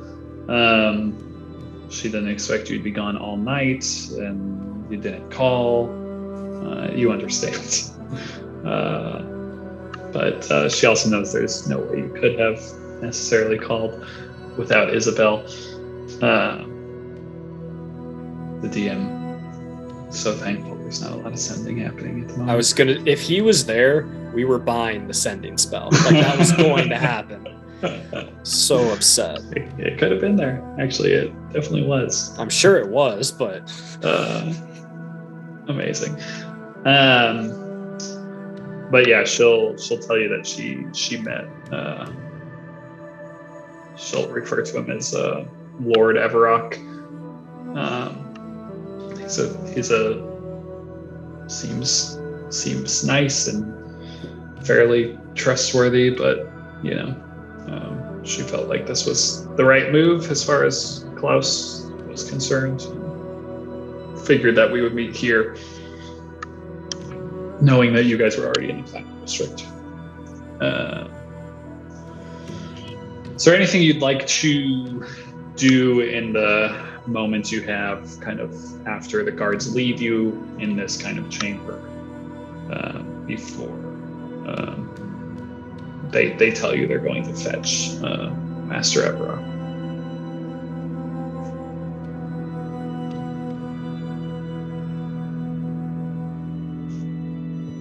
Nada? Lovely. Let me get his token. After a few moments, you are greeted by a dwarf, maybe a little on the older side of things. Not elderly, but in his later years. Enters the room. His skin is, fairly tanned, though not necessarily like he's always out in the sun. He's wearing robes. His robes are of reds and golds of the Dunedragon colors. And as he enters the room, he kind of looks to you all. It's good to finally meet you all. Welcome to the Dunedragon estate. I'm glad that you all agreed to meet. Please have a seat. I'll get you ales, wines, food if you're hungry, whatever it is that you need. Let me be at your service. And we'll kind of have a few helping hands kind of come in. Humans mostly, kind of like dressed in these reds and golds, and start serving. Like there's wines, cheeses, meats, ales, kind of anything you would want. They start kind of filling the tables with. And he kind of motioned at you to guys all kind of take a seat. It's not necessarily like a formal dining area, more of like a seating area. There's a lot of chairs kind of around and small tables. It's a bit of a casual space, but he takes a seat and kind of motions to you all to do the same. I know you have probably many questions for me. It's good to see you, Salik. It's been some time. Good to see you too, Chief. Although I'm out of the game now, I trust that you see an investment in me is still worthwhile, and I trust this meeting will pay just dividends to both yourself and to this group. I believe our interests, although I don't know the entirety of what's on your mind, I do believe there is common ground here. Common ground is quite accurate, my friend. I don't know where to begin. He kind of just like sits there for a moment, taking in everything before a large info dump is read to you. Is that code for break is about to happen, or? No. If anyone Email. needs a break, now would be the time. You tell me. Otherwise, I'm about to read a large amount of text to you in a hopefully voice that stays in character, but God knows it won't. So Anna will, like, as he's like sitting there for a sec and like kind of just like soaking all in and to vamp for a little bit, like let's go. It's vamp time. Vamp o'clock. Anna will take a drink of the wine, and then you'll just see her like, it's just like she hasn't had this good of wine in just such a long time, and it's just like, you have exquisite taste, Master Eric. Thank you. Yes, we got all kinds of wine here from Maranth, from quite far distances. I'm glad you appreciate it.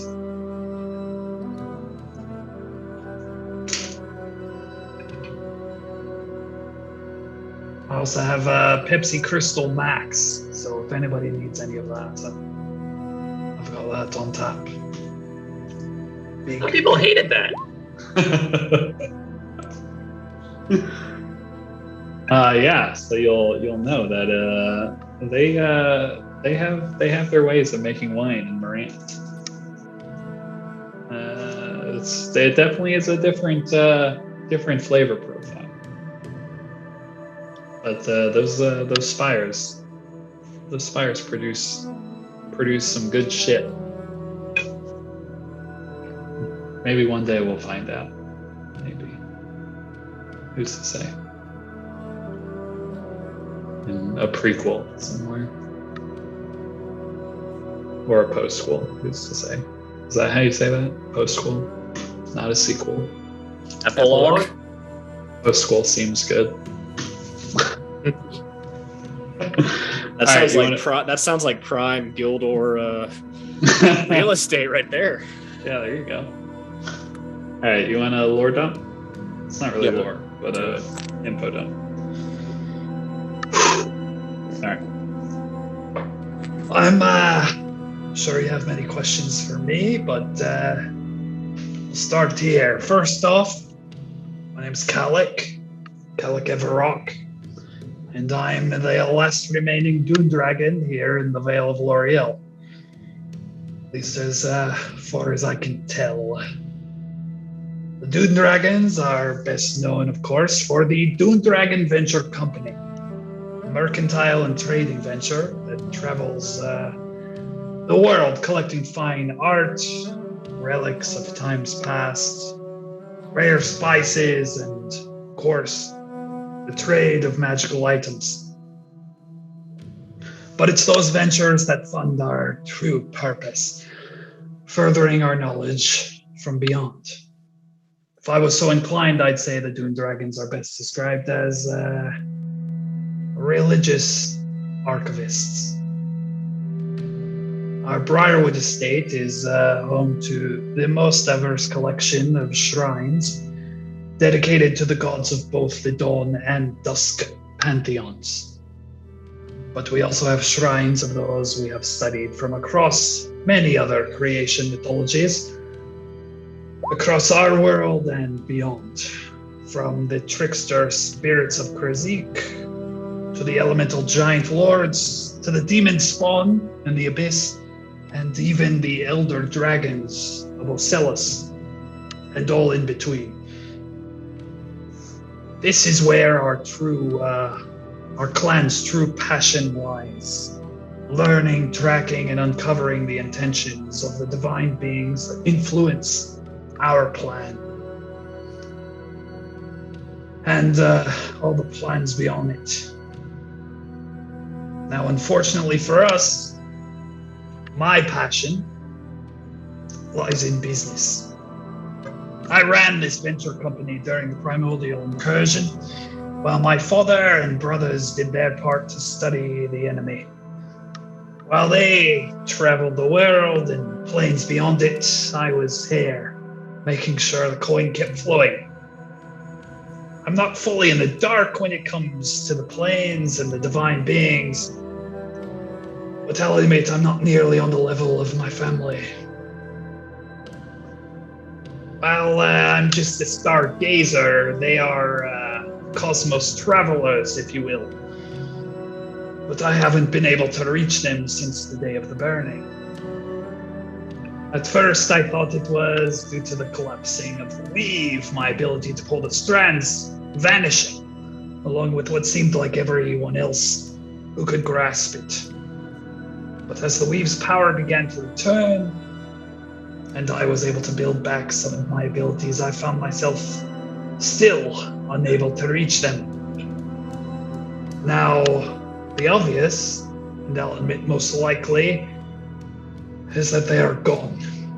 Lost like the thousands of others, not inside the mysterious god's walls. But my family is strong of heart, mind, and body, and I choose to believe they are still out there.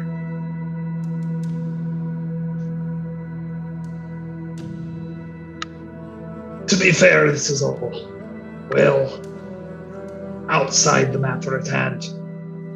But I believe to understand the why, you must first understand the who. So as my ability to tap into the weave returned after the burning, I began the search for my family. First scanning their last known locations for any sign of them using this. And he will walk over to a door, a wooden doorway in the office, and open it after speaking a magical phrase, which will reveal a small room beyond a chamber built from smooth stone bricks.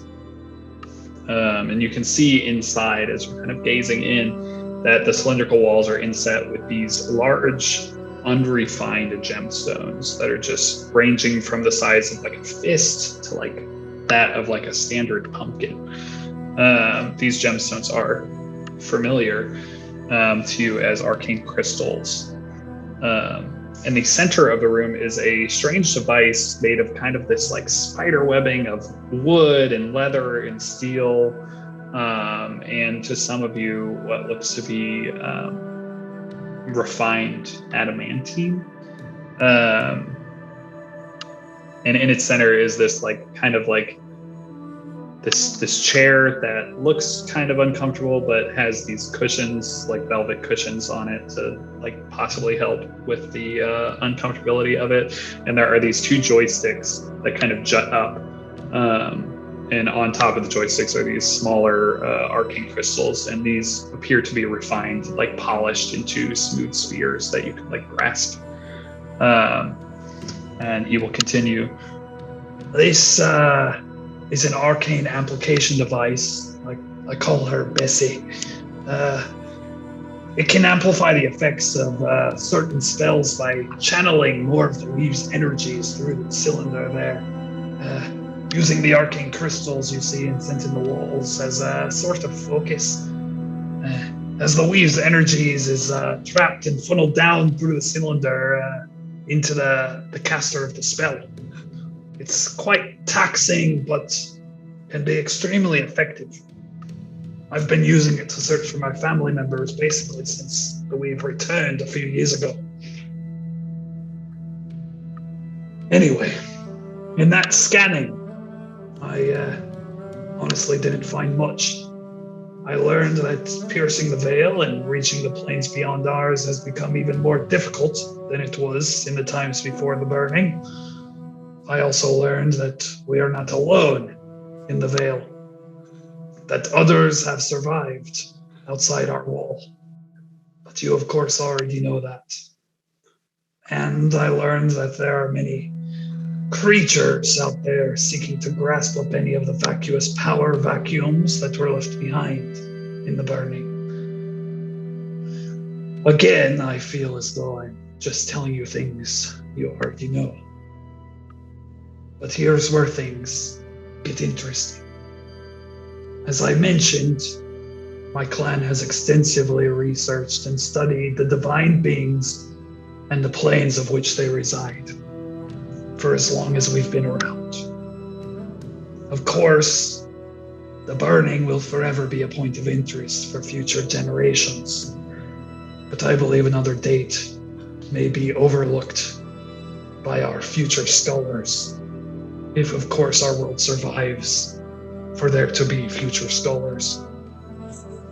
He reaches nearly shoulder deep into a bag that he has hanging over his shoulder beneath his red and gold robes. And he pulls out a leather-bound journal, which he opens, sets down on a table before him, and starts flipping through the pages kind of vigorously,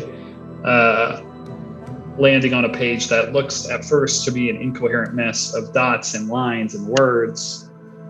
Upon looking at further, more closely, you realize is a star chart of the night sky over the veil. On this page here, this is what the celestial bodies looked like before the burning. And here, He flips a few pages. you see the bodies are in this position, slightly changed as the sky moves. Quite normal. And he goes through kind of flipping the pages and showing you these incremental changes in the night sky. It all appears very predictable. There are a few times a shooting star or an anomaly is noted and tracked over a period of days or even weeks. Everything always ends up in order. Now that was before the burning. After, as you can see here, Flips a few more pages. the night sky changed, though quite subtly. Many will not have even noticed the change. But when your family has a library full of these star charts, you are the only remaining heir to uphold generations worth of research, will you notice? Now, He reaches back into the bag and pulls out many books, placing them on the table before him. And then grabs one in particular, opens it, and starts flipping. here, these books are of the night sky of L'Oreal post-burning that I've kept. And here is the night sky on High Harvest, the first of this year. Right here, you can see a star formation. And he points to a small grouping of stars, a constellation, in the right corner of the page. Flips a few pages and continues to kind of point out this star formation, just slightly shifting its movements across the page. Keep an eye on this one here. And you can see as he flips, it just kind of very slowly moves, as one would expect, tracking the stars. Until we reach the 22nd. He flips to the page, and you can see that the star formation is gone, leaving a blank space where it appeared in the sky. Now, this may have been an anomaly, which you can see I noted here, and there's like a small note. The next day, you can see that a new formation appears in its place. Completely different than the formation of stars that was previously here. He kind of flips back and forth, showing you the difference. Now this is quite strange, but it only gets stranger.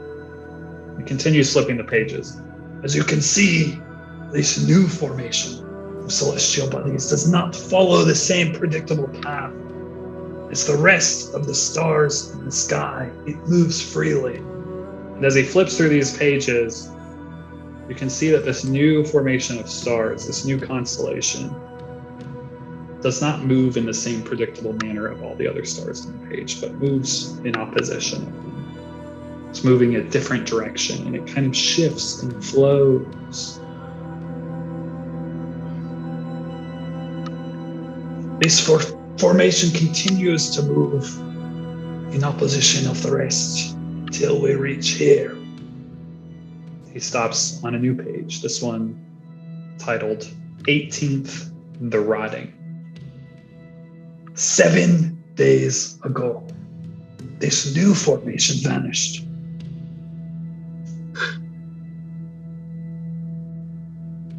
And you can be my guest to look at the pages up until now to see that it has not come back. And he kind of flips quickly through those pages up until today's date.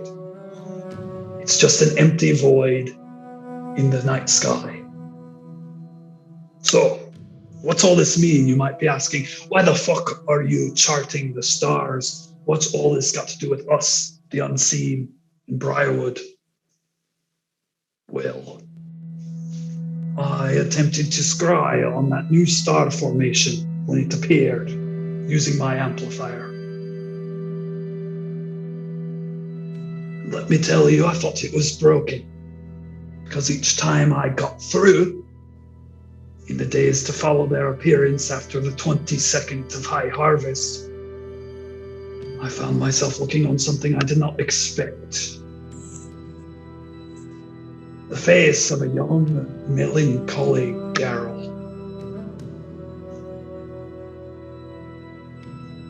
Prior to the 22nd, the formation of stars found in that specific portion of the night sky this time of year was known as the celestial body of Nofgith. And after the 22nd, it was a human girl that I came to learn was from Briarwood. Isabel, she was called. I believe you all know her well enough. Stephen will loudly, just not loudly, but just audibly go, "Oh, great." He kind of looks up, looks back down. Yes, I've watched her, and in part you, for nearly a month, learning as much as I could about what you are doing in connection to the gods, and why the stars would lead me to her. Of course, you may have guessed, the day the stars vanished, on the rotting the 18th, my ability to see this Isabel would also seem to vanish. Now, I do not know where your friend is, but if you can reach her still, I would love to have a chance to converse with her about what she knows of her connection with Nofgith. But I understand if she chooses to remain hidden, there is safety in non-detection. Anyway, you group led me to more questions and answers over that month than I had uncovered in years. Now, I don't want it to sound as though I'd seen or heard everything in that you said or did in that time, because that's not quite how scrying works, even amplified. He kind of motions back to the room. But I was able to track your movements and learn a great deal about those who oppose you. The unseen, And then he looks to Selig. or as we call them, the devourers of the earth. In the last month, the unseen have been bringing in men-at-arms, constructs, and cultists into this city through the sewers. I wouldn't have known about them had it not been for finding you. I believe they have used the years since their ousting to set up a vast network inside, and it seems outside, of Briarwood and the God's Wall. I'll be honest, I still do not understand what it is you are doing with the gods, or who or how this Isabel has such a strong connection to Nofgith. But it seems the stars of the celestial bodies of the gods are working in your favor, and following your path rather than you following theirs. And for me, in connection with your opposition to the unseen here, I must say I'm greatly invested in your continued success, if for nothing else than the opportunity to learn about and study your future endeavors. But that's again beside the point.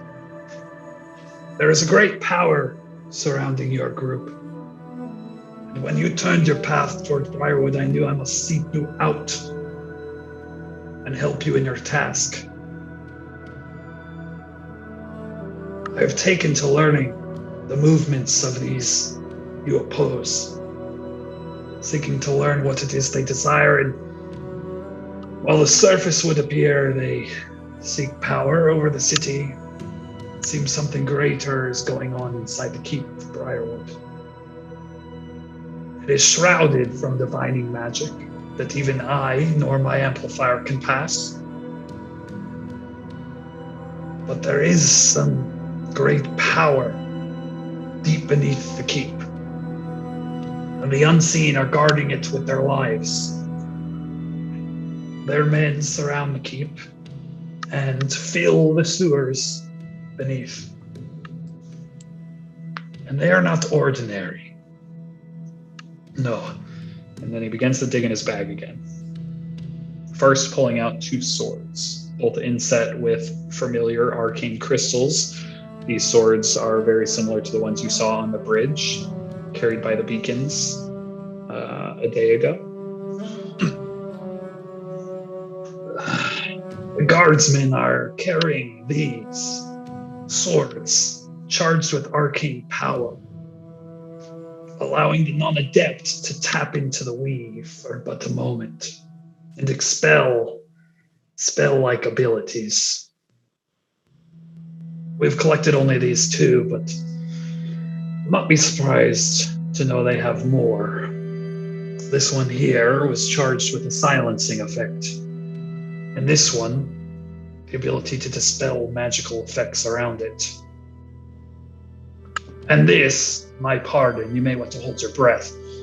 He reaches into the bag again, this time pulling out a heap of stinking, rotting gray matter. Now, at first you assume to be a disgusting show of insanity by this man. You realize it is not just a rotting brain that he is holding in his hand, but a somewhat familiar-looking brain-like creature with 4 clawed feet attached to it. This creature and another just like it burst out of the corpse of some of the beacons my men pulled these same swords from. 3 of my men were lost in that battle, but were eventually able to kill the 2 creatures and bring them back for further study. And he kind of shoves the brain matter back in the bag to relieve the air of the smell. Now, I told Selig that things had changed. That the powerful energy source I mentioned earlier seems to be growing beneath the keep of Briarwood. I noted it yesterday that it began, and today it has grown stronger still. What's worse is a few of my contacts throughout the city have seemed to report to the keep under the direction of an arcane ordinance. And since they've hit it up that way, I've been unable to reach them.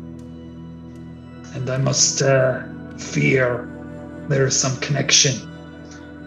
And that the timeline of whatever they are planning has been accelerated for one reason or another. They have stopped moving things, constructs, people into the city. Seem to be at a standstill, at least from the outside looking in. And quite curious to know what they're doing down there beneath the keep. I've not seen this amount of power coalescing in one place. Well, ever. If you'd like to see it for yourself, feel free to hop in the amplifier and cast detect magic, and I'll point it in the right direction for you.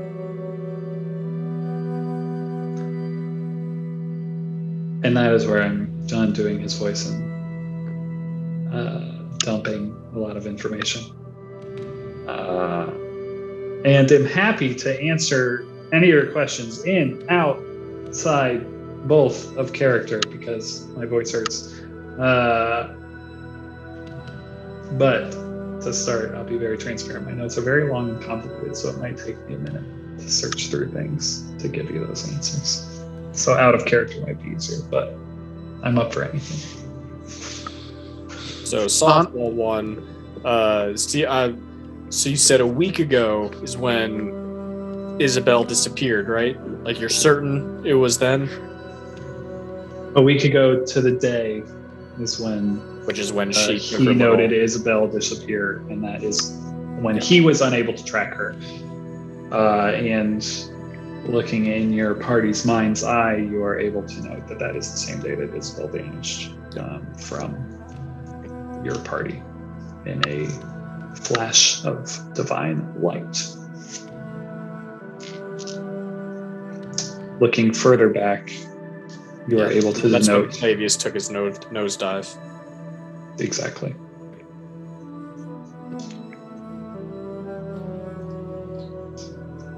On a, would say,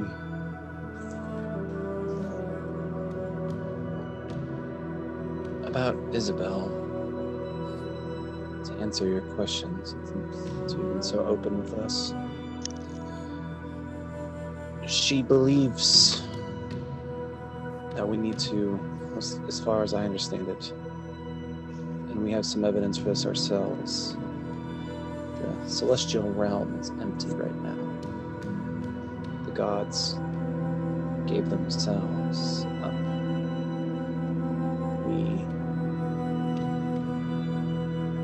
I think she was maybe escorted there, or escorted away to get there. That was her goal. So I do not know if or when we will see her again, but I think she had intentions of, the very least, guarding the realm, if not taking up the position of Nothgeeth that was lost. Did you send a cleric out? Or have you had a cleric, particularly of Ulfric, disappear? He looks at you for a moment. Well, that was too bad. I was really hoping to talk to her. You said she's moved through the divine realm, or something of that nature. That is our best guess. Interesting. Yes, I did not send a cleric out, no, but I have had a cleric of Ulfric go missing 3 to 4 weeks ago. Someone, then, presumably one of the unseen, the devourers of the earth, be my first guess, kidnapped this cleric and I think attempted to use them to get into the. And she'll look at him and say, "How much do you know about what we were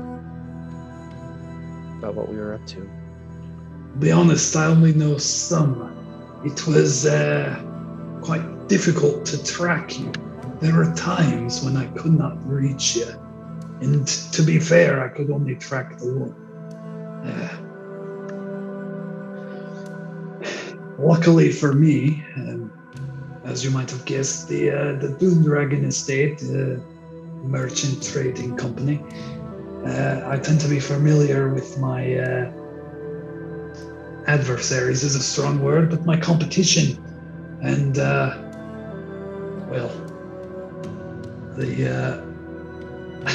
turns out your friend was a member of another trading company, at least the offspring of those that run the Amsel-Weiss Trading Co. But the rest of you, to be honest, I didn't fully know who you were until I got my hands on one of those wanted posters. I had seen you at the peripheries of my scrying and heard you, but I didn't know exactly who you were. We have reason to believe that some of the gods' powers have remained on our plane. What we're hoping to do is find them before people with worse intentions can find them.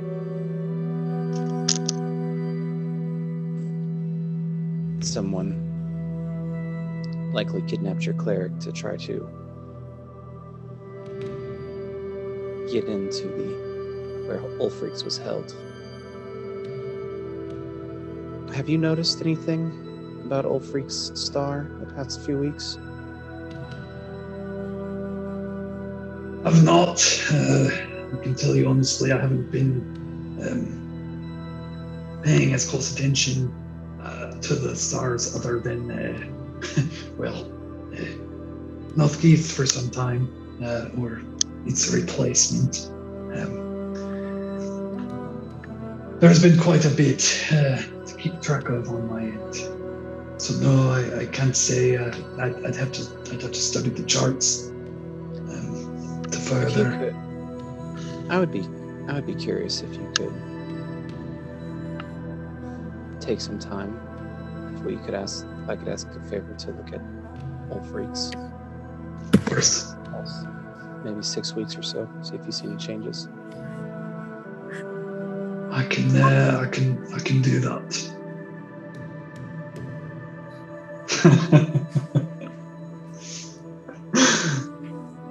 Kicks on in the shin. Shut up. So you say this power is coming from under the Briarwood Keep. Yes, it's quite interesting. When you track the power, it's a large pocket. And normally, for instance, if you were to detect magic using one of these amplifiers on this amplifier here, it would show up almost like a beacon of bright light, a pocket on a map of bright light. When I point the divining rod in the direction of the keep, say, it's almost as if there is a large shield, an eclipse. It's like an eclipse. I can see the energies, the divine energies seeping around this blank region, like they are trying to hide it, but the energy is so strong that it is escaping around its edges. It almost looks like the entrance to another plane? Yes, possibly. But massive, quite like large. Larger than just a teleportation sigil or arcane gate, like on a much larger scale. Well, we know where the Shadowfell is then, I guess. Anna nods. Would your knowledge of the sewers, would you be able to, she'll look to Saligs. Is there a way that we could enter there? I assume it will be guarded, but... Now, it's funny you should ask about the sewers. As I said, I have been preparing for whatever it was going to be happening here. And I have a small force of, I can call them soldiers, but That may be a bit of an exaggeration. Ruffians, cutthroats, that may be a bit more accurate. But a force nonetheless, at my, and if you like, your disposal.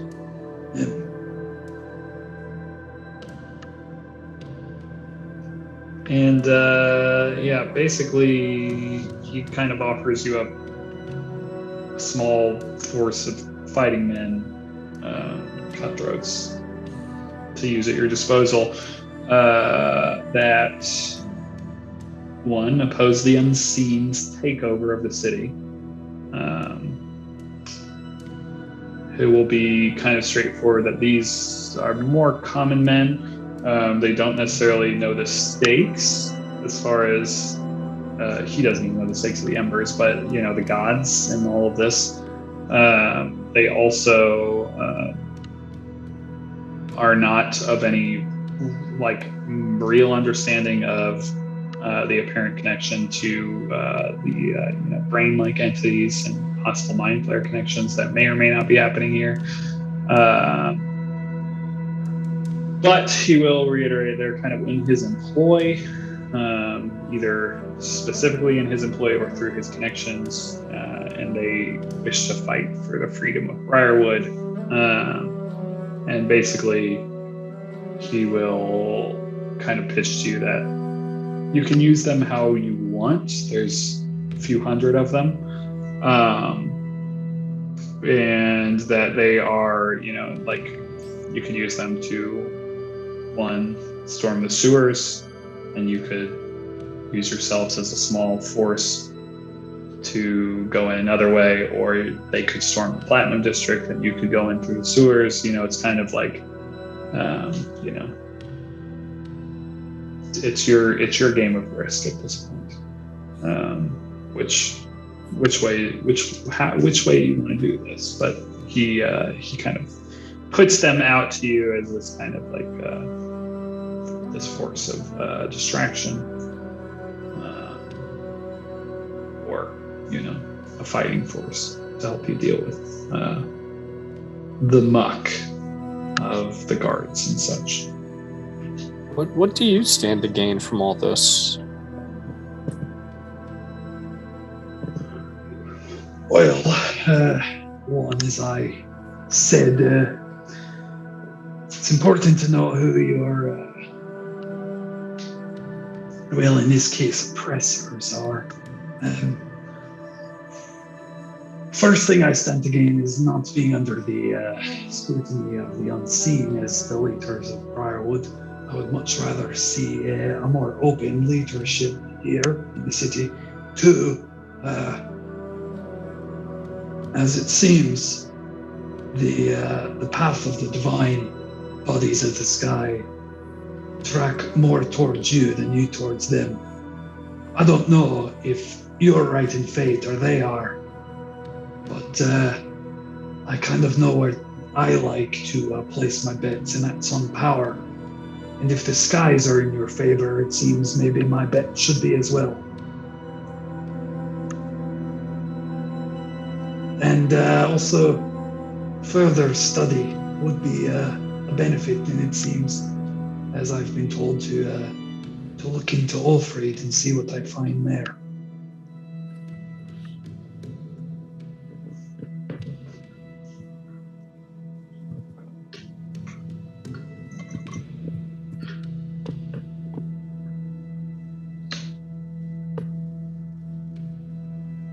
Who are some of your contacts that got called up to the keep? One of my good friends is a half-orc lady. She owns the Gorgon's Trouble, a potion maker.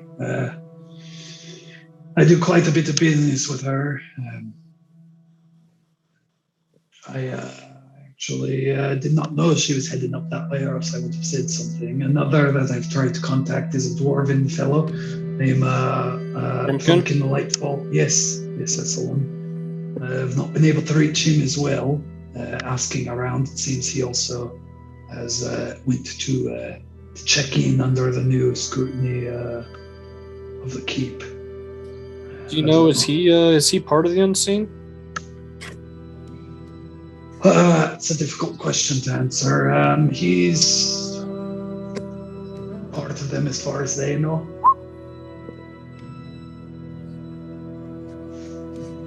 But he's also a part of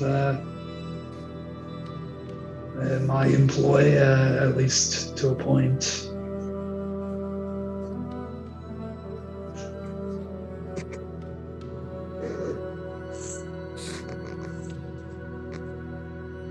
What about Cornelius? Do you know him? Cornelius is not the name that I know, like, specifically. No.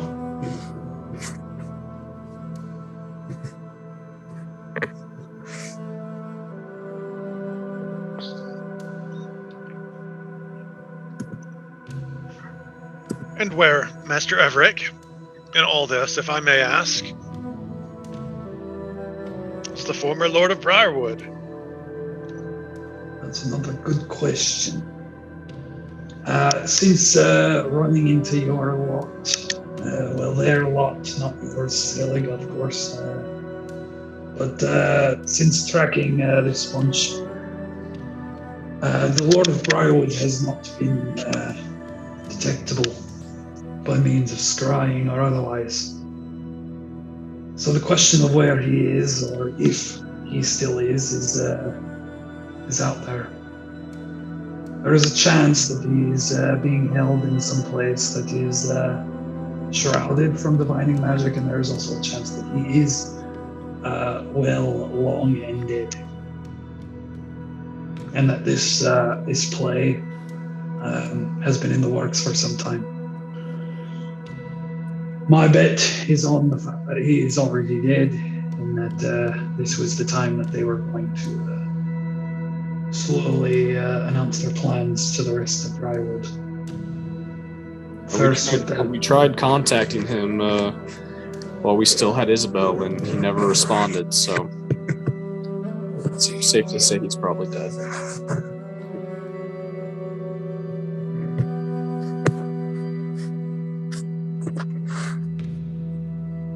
Does your amplifier reach as far as Greyforge? Well, yes, in fact it does. I've scanned Greyforge a good many times looking for some of my family members, and were unable to find them. But Greyforge is, within the last month, alive and well. Shrouded within their own wall.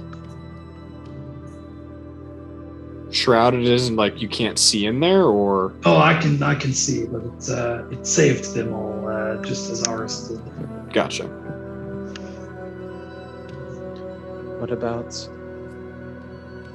What does it look like if you scry to Mountain Heart?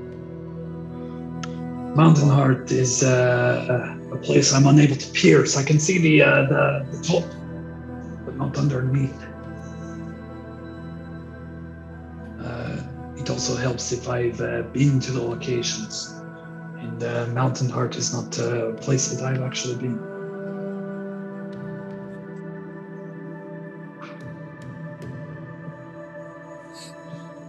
Or if you know someone there, of course, you can scribe.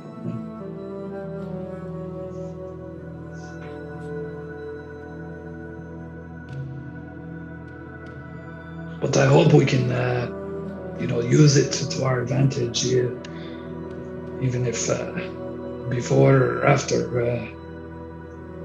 if we can unset those that hold up in the keep. Are we safe from detection from them here? Yeah, there's only so much detection. I admit I expect come tomorrow, maybe whatever day it is, I'd have to check on that paper.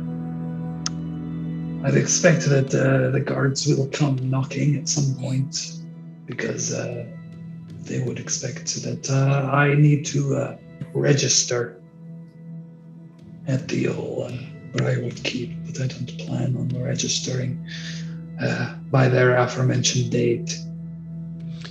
The date is the 25th on there. So I think. So I'd say we probably have a few days. Well, a day. A Whatever day. day it is. It's 23rd. Yeah.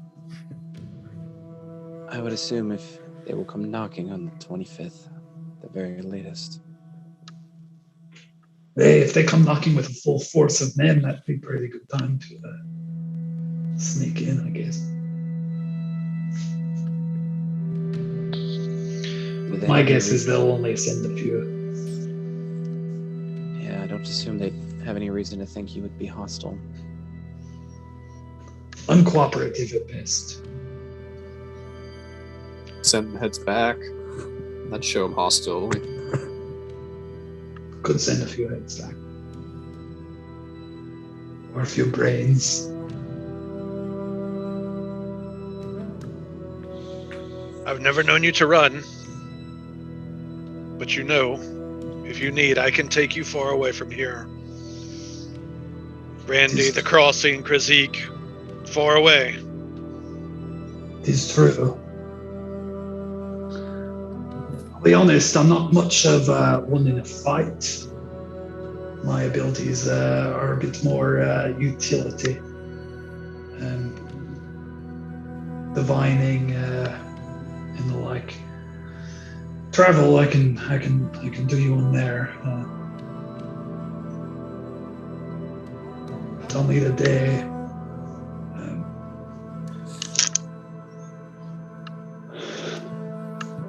But I'm at your disposal as well.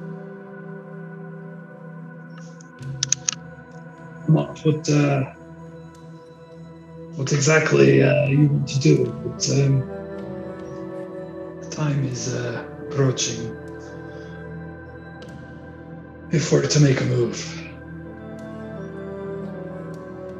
We need to.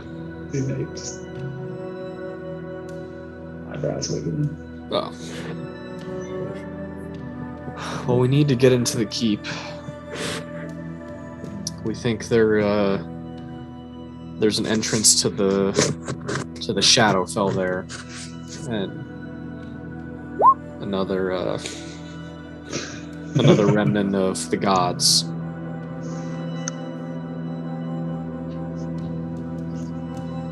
It sounds like it's underneath. Yeah. I told you they're guarding the underneath portion of the castle. Got men in the sewers.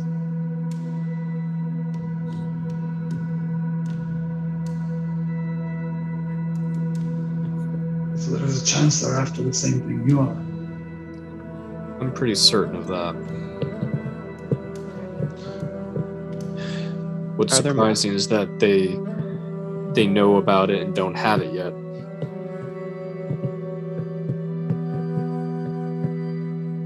That's true. That seems like a good thing, I presume.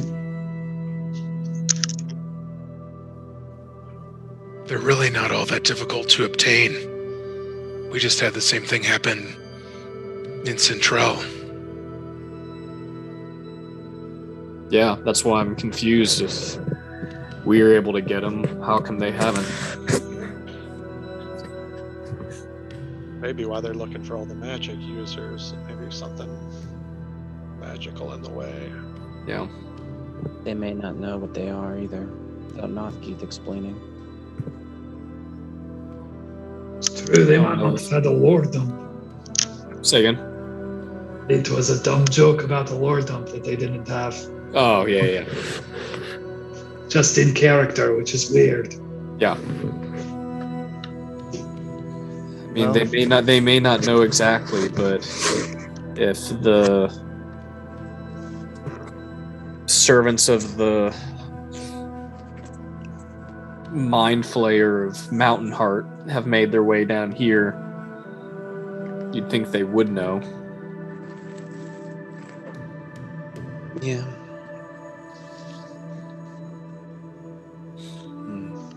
So, we have to get into the castle.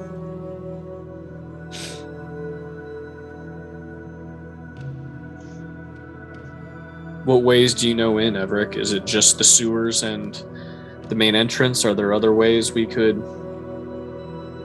Well, I mean, the reason I know the sewers likely lead to castles because they're patrolling them. Otherwise, it's over the walls and into the keep, however you wish. That's my knowledge. I've been in the main hall of the castle, and unless there is some strange magic keeping me out, it's possible I could teleport in.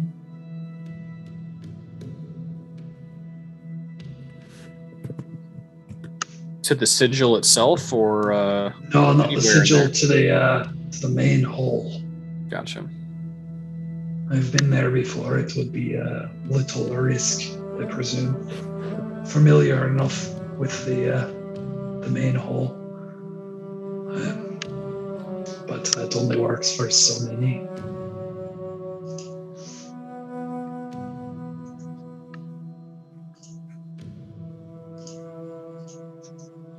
Otherwise, climbing over the gate or flying in or going through the sewers. Are there multiple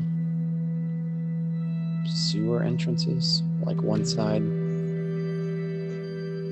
There are multiple sewers that lead to that area. I don't presume to understand the intricacies of the sewers beneath the keep personally.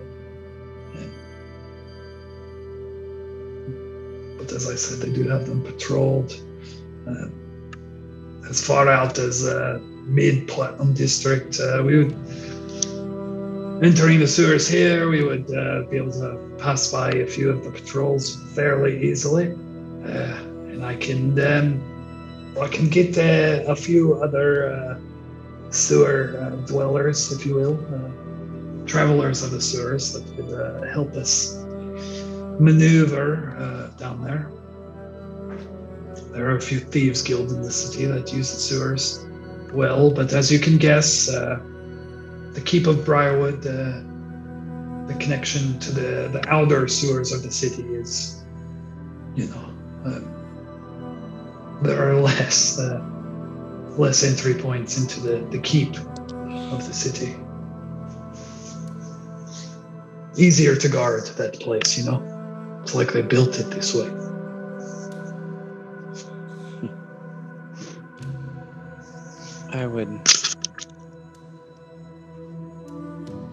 I would think that going into the sewers, just rushing them would be our best.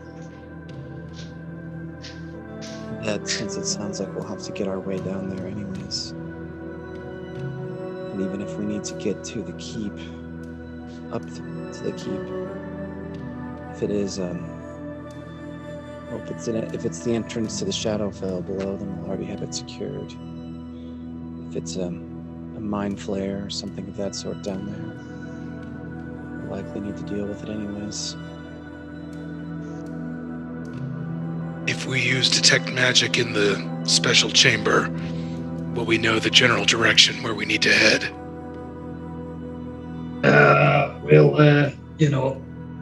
Bessie's more of like a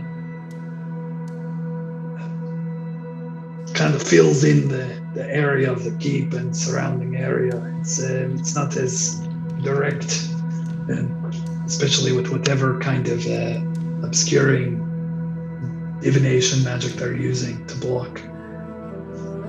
Can't get as much of a direct line of sight. If you could figure out what they're using to block it, there's a chance then I could get a more accurate placement. And I do have sending stones, so we could communicate. Has the obscuring always happened, or did that just happen when Isabel disappeared, or when Isabel first took Nathi's place?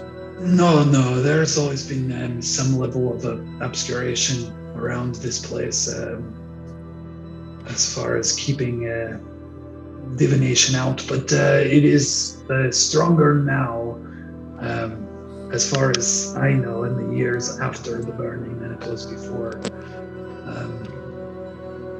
But that all is a bit of a blur. It's not something that I tracked until literally a month ago.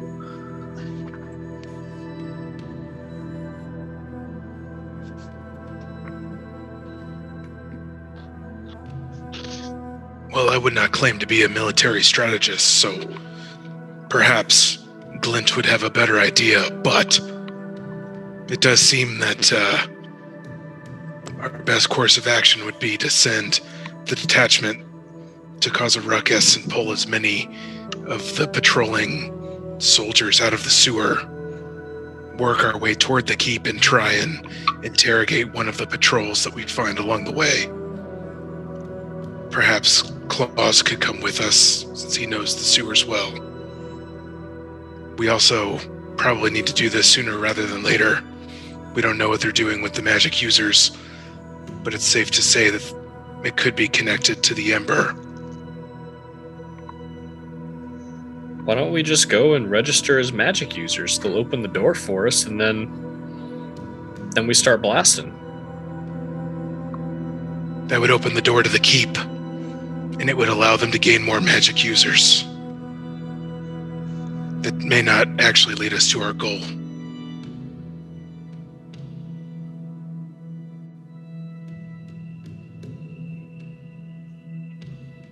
I'm open to coordinate whatever you want with my men. If you want to go in the guise of registrants, that sounds right. That's cool. I can send my men however you wish.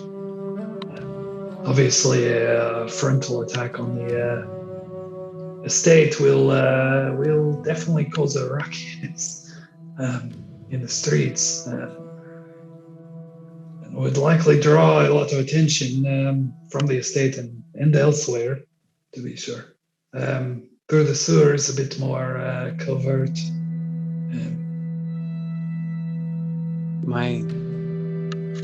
My question is, how many, if we sent two fronts, how many people would from the sewers would it actually pull? There's some distance there, and are they communicating? And would it all be over so fast? 300 men's not nothing, but I don't think it's going to make too big of a dent, unless you could get them. A dent, no, probably not. But it's unexpected, I think. It would hopefully be enough time, buy enough time for a well-coordinated team, such as yourselves, to get in. And even if it didn't draw any out of the sewer, it would all but guarantee we wouldn't encounter more reinforcements from above. Exactly. Yeah. Rounds are only 6 seconds. It's a very long distance to travel.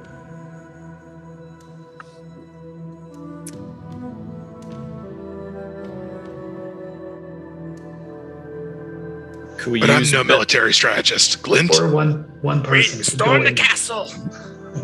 One person could go in invisible, and we Grudhog this baby. It's fine as well. Steven's excited about that. Peace.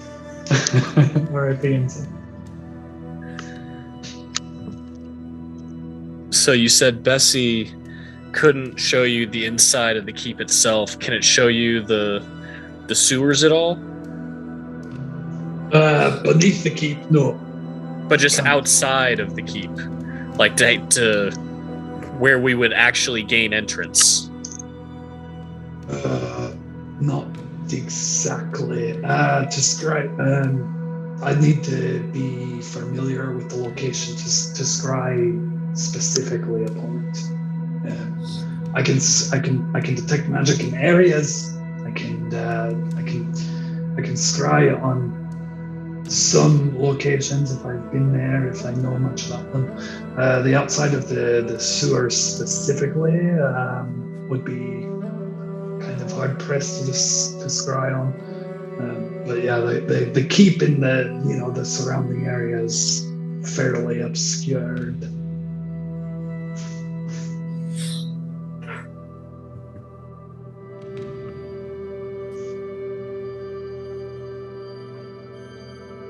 But I can tell you, I've had men close down there.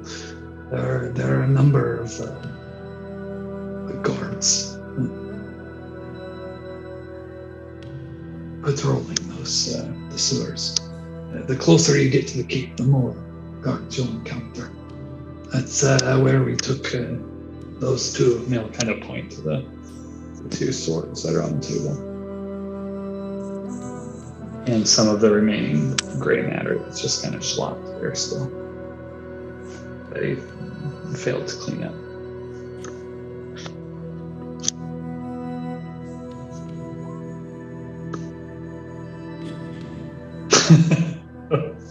There we go. That's a callback. Real plan there. Now we're talking. Where's that We're cave never gonna again? try it the first time. That's a callback. It's still on the map, I think. Yeah, definitely is. Alright, we just need to go there. Bring it back. Yeah. Oh, yeah. Oh god, I just moved. Oh no. But that's too far now. I hate that it does that. Here be trolls. I'll never not talk like this ever again. That's just this now. It's only 247 miles. Make it back in a couple weeks, probably. Yeah. Oh yeah. Maybe Cali could teleport you to Fort Sinkwater Run. We've probably gone there along Totally. in his day. We wall of force them into a teleportation circle, and then we teleport them into the middle of the keep, cause a scene. It's infallible. It's good. Steven could actually do that. Teleport them into Fort Sinkwater. I do have the Briarwood teleportation sigil. So if we wanted to avoid the sewers, that is an option, though we don't know what we would encounter. True that.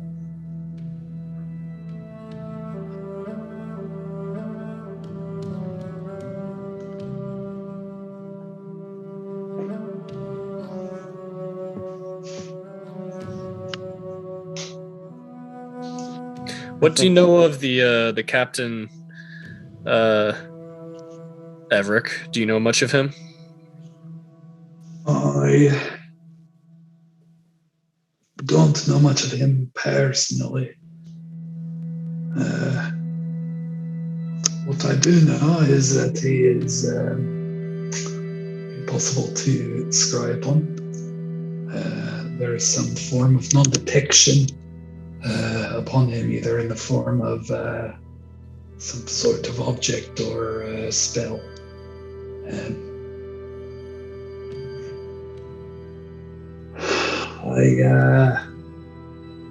I've tried to scry upon him in and outside of the keep and found the same. Either way, he is infallible in that sense.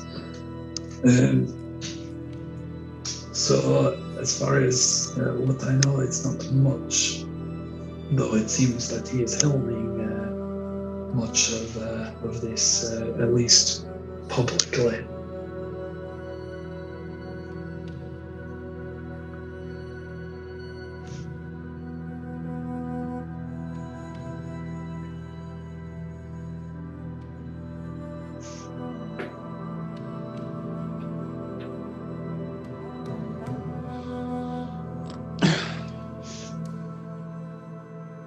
I'm good with the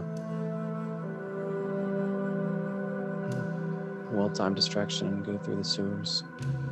That makes a lot of sense.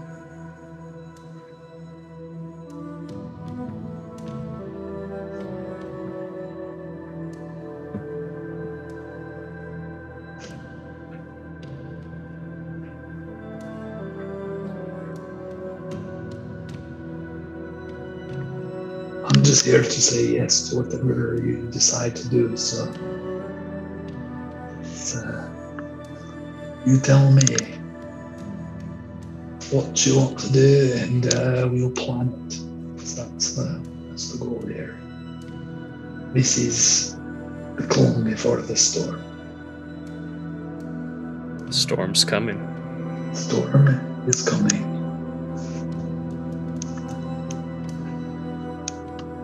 Anyone have Steven objections?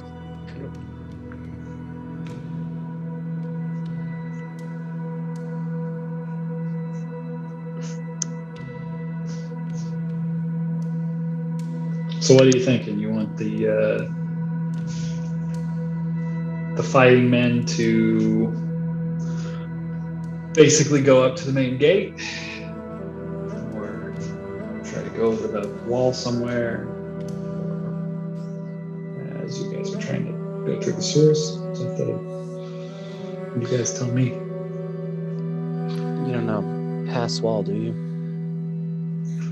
That's a good question. I can look at my spell book, but I don't think pass walls on it.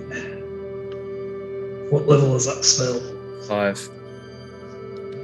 No. No pass wall. Could you learn it? That's not how that works. Take more than a couple days. I mean, Xerxes feels pretty strongly that we would need to do this probably tomorrow. Yeah. Could he spend the day building a little bomb, a little domestic terrorism action to potentially blow a hole in the wall? Yeah, that'd be possible. He could help you get the kind of household components you need to build a bomb. Send some people to buy detergent from this store, and yeah, soap, etc. As long as no one checks his Google. Fertilizer. Things are cool. Pulls out the Ted Kaczynski handbook. Yeah. I'm ready for this. That's possible, for sure. Yeah, I mean, he will happily offer. Trying to. He can spend his time sending, people acquiring things that you guys want or need to help you manage this to, some extent. Obviously, if you want a tank in a day, he can't do that, but he can do some things. He can acquire things. He has some things at his disposal. But it's kind of whatever you guys trying to do or want to do. He wants to help. He just wants to, if you guys have a certain plan, he wants to execute it with you and help you execute it. Like I said, his spell list is very utilitarian. He has the option to teleport. He can't do that, which moves himself and 8 people.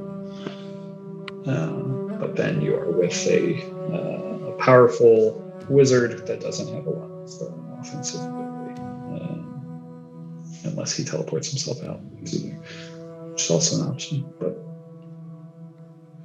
I think we send them in under the guise of, them trying to overthrow a false government, so it doesn't seem like it's connected to what's going on down below in any way. Yeah. Yeah, I mean, they can go through the back way, try to blow a hole in the wall and draw a bunch of people back that way. What's the different? Like, what's the different buildings here? Like, is there something that would be particularly vulnerable? Like, I assume this is like the main area. That's the main but there's guy. like this building here. There's this building here. Yeah, so those are all within the walls of the keep. So I mean, they're outbuildings to whatever extent. It's probably just like manor, stables, etc. It's nothing that would be like particularly worrying if somebody was going towards it. No, not so. The manor, maybe.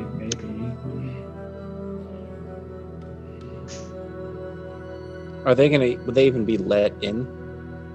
The likelihood of them getting in a force of 200 to 300 men would probably be especially with their weaponry and such. But if they're going to blow a hole in the wall and just try to storm it, then sure. Yeah, maybe like maybe let they could in, blow no, here. but blown in, yes. I like the blown in idea of just like if they're going to cause as much of a ruckus. And yeah, I mean, do we want to send 200 men to their certain death? That's another good question. Sounds like a Tuesday. Why are we sending the men to the castle? Did you say why? Why? For distraction, right? Something like that. Why not send them elsewhere in the city? Pull them even farther away. Also an option. 200 disgruntled men, topped over the busting Oranthian. Could be a protest situation. Yeah, gives them a chance to escape somewhere in the city and still probably accomplish a somewhat similar goal. Chance they send out a large force to break up the protest. Xerxes would still be sad to not blow something up, but I'm sure we'll have to blow something up. We'll blow something Xerxes, yeah, that. Here or there. Yeah.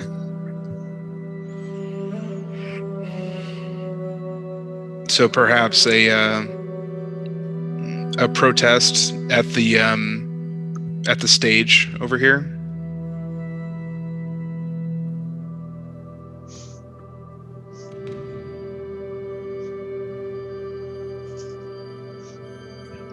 I know it's not like the farthest away, but it seems to be where people gather.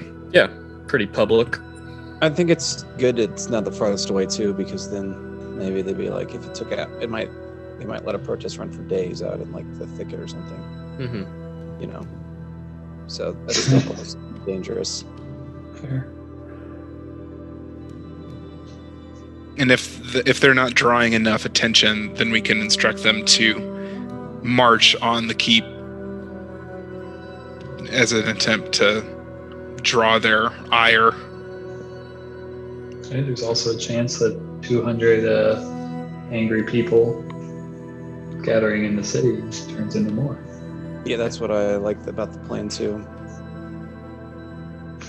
See, this is why we need Glint. I told you. It's smart. Potential insurrection. His laser eyes are awesome. No, it's just good Terrible. political discourse, Connor. Call it what it is, please. The voting machines were tampered with.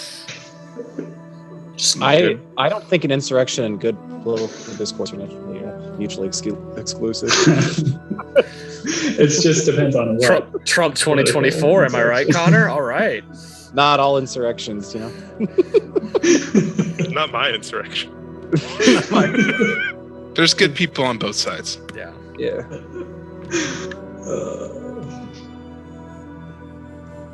I like that plan.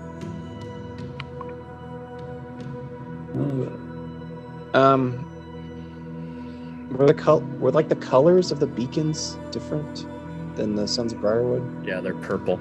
Yeah, they're wearing perps. The suns aren't really in operation, I suppose. Well, can we like have them Kill some bros and take their uniforms? Yeah, totally. No, just like make like a armband or something that has like it has like the Son of Briarwood sign on it, or just like the color Ooh. of the Sons of Briarwood, and get Yeah, like could, those, and like try to like make a political symbol. Could you make know? that happen. So if it's like, hey, and you can get, and then it's like, and it's obvious what they're there for, and people who are sympathetic to the Briarwood and who are sketched out by the beacons, can join and feel like they're rallying towards something instead of just a complete mob. Give it that. Make that happen. Can make that happen. He's got a day. You need a tow, he can get you a tow. So that's an idea. The other one is there like an area in Briarwood particularly where there's a lot of like elves? Oh, or is it more? They're just more scattered among the populace. A bit more scattered among the populace. I mean, there's probably some neighborhoods that like are more elven than not. But I don't have necessarily a sort of specific place for that. But I would think that it would exist to some extent.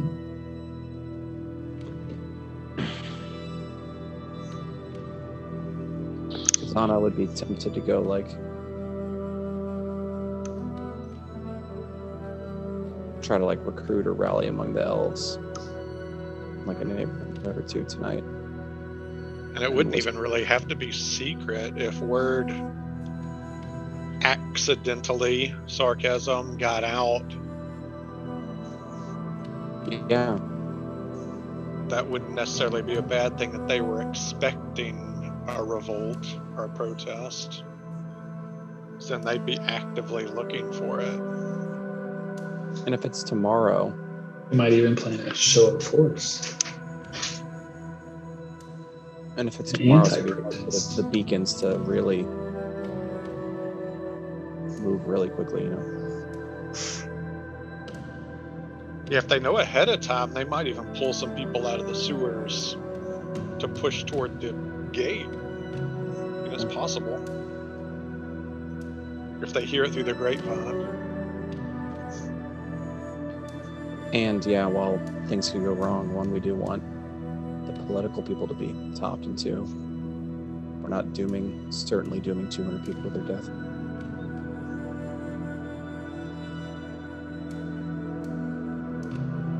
Which is a good thing. Would Mr. Dunedragon be our charismatic leader? Happily. He's got enough charisma stat. Yeah, he does. He's got helps that when you have like 200 people that'll back you up, that'll like your posts. He's got a Russian cyber farm. Yeah, it's nice. In one of these buildings, churn out some tweets. Yeah, it's really good. I'm glad you guys are on the right side of history here. It's good.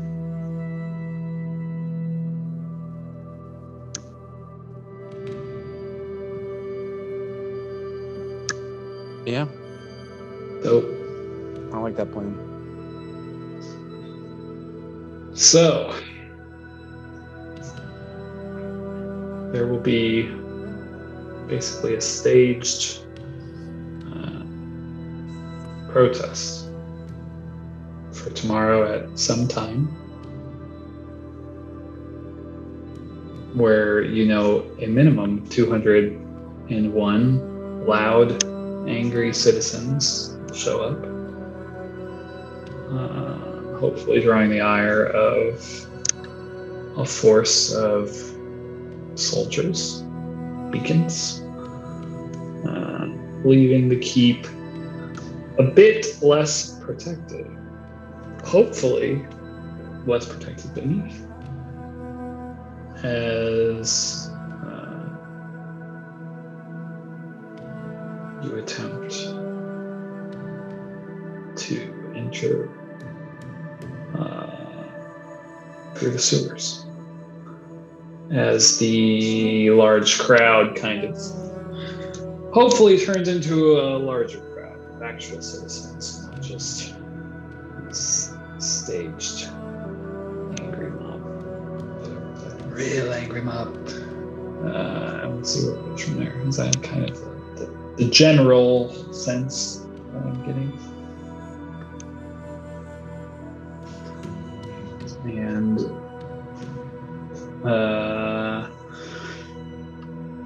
over the next day or so, is there anything that you guys want to do specifically working on?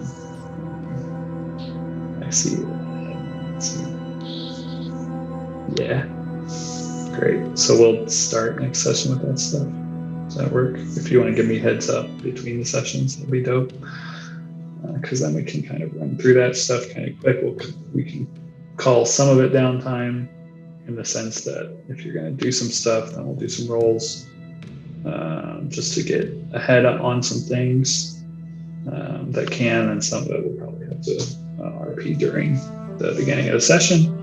And then we'll kind of go from there, and we might be storming a keep, possibly, or at least getting close to it next session. Xerxes, are you still going to build a bomb? I mean, if you need a bomb, I can get you a bomb. You're a bomb guy. I mean, I like the idea of having a bomb blow up. To add to the chaos. Yeah. Would probably need it at some point just in the sewers. Blow open a door or a wall or something. Get out that clock. Clear that tree root. Yeah. Clear that tree root. Roto-rooter. All right. Xerxes will build a bomb then. Dope. Per use. That's per use. The last time we stormed a keep, he did blow one up as well. So yeah, I mean, for the most part, Calic will be indisposed as far as, setting up an insurrection. He might still be able to help you with a few things here or there. But can you show me how to work Bessie? Yeah, it's possible. He will warn you that it's quite taxed. I think he said that before, to use that thing. Like exhaustion levels? Like spell slots being expended and unable to return until days of rests. So might not be worth doing before your instruction. Okay. Noted. Powerful device.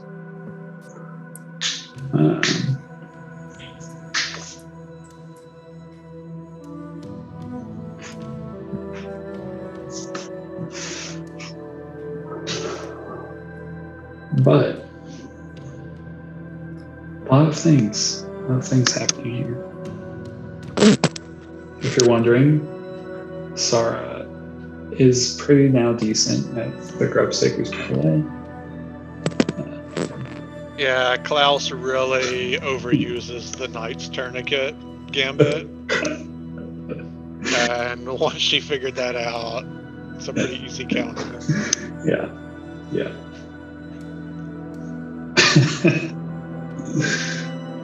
That's good. That's good. She likes the crossing defense. It's just a solid lot of routes you can go. But yeah, you have her too. She'll be there to do whatever it is that she does when she's with you guys. Mostly blasts things and misses. Yeah, and get hit. She's good at getting hit. So there's that. Somebody needs to be. She made it to Briarwood though, so her story arc is complete. She did. Mission accomplished. Once she gets inside that keep, she's gonna throw that note on the ground. She's done. She did it.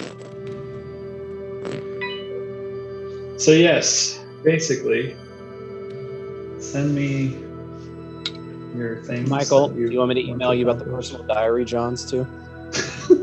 Yeah, and email me about the personal diary, Johns.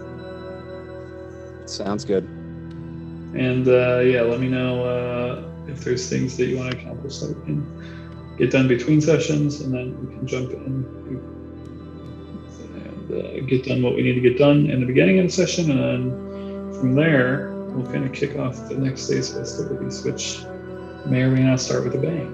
Right, Xerxes?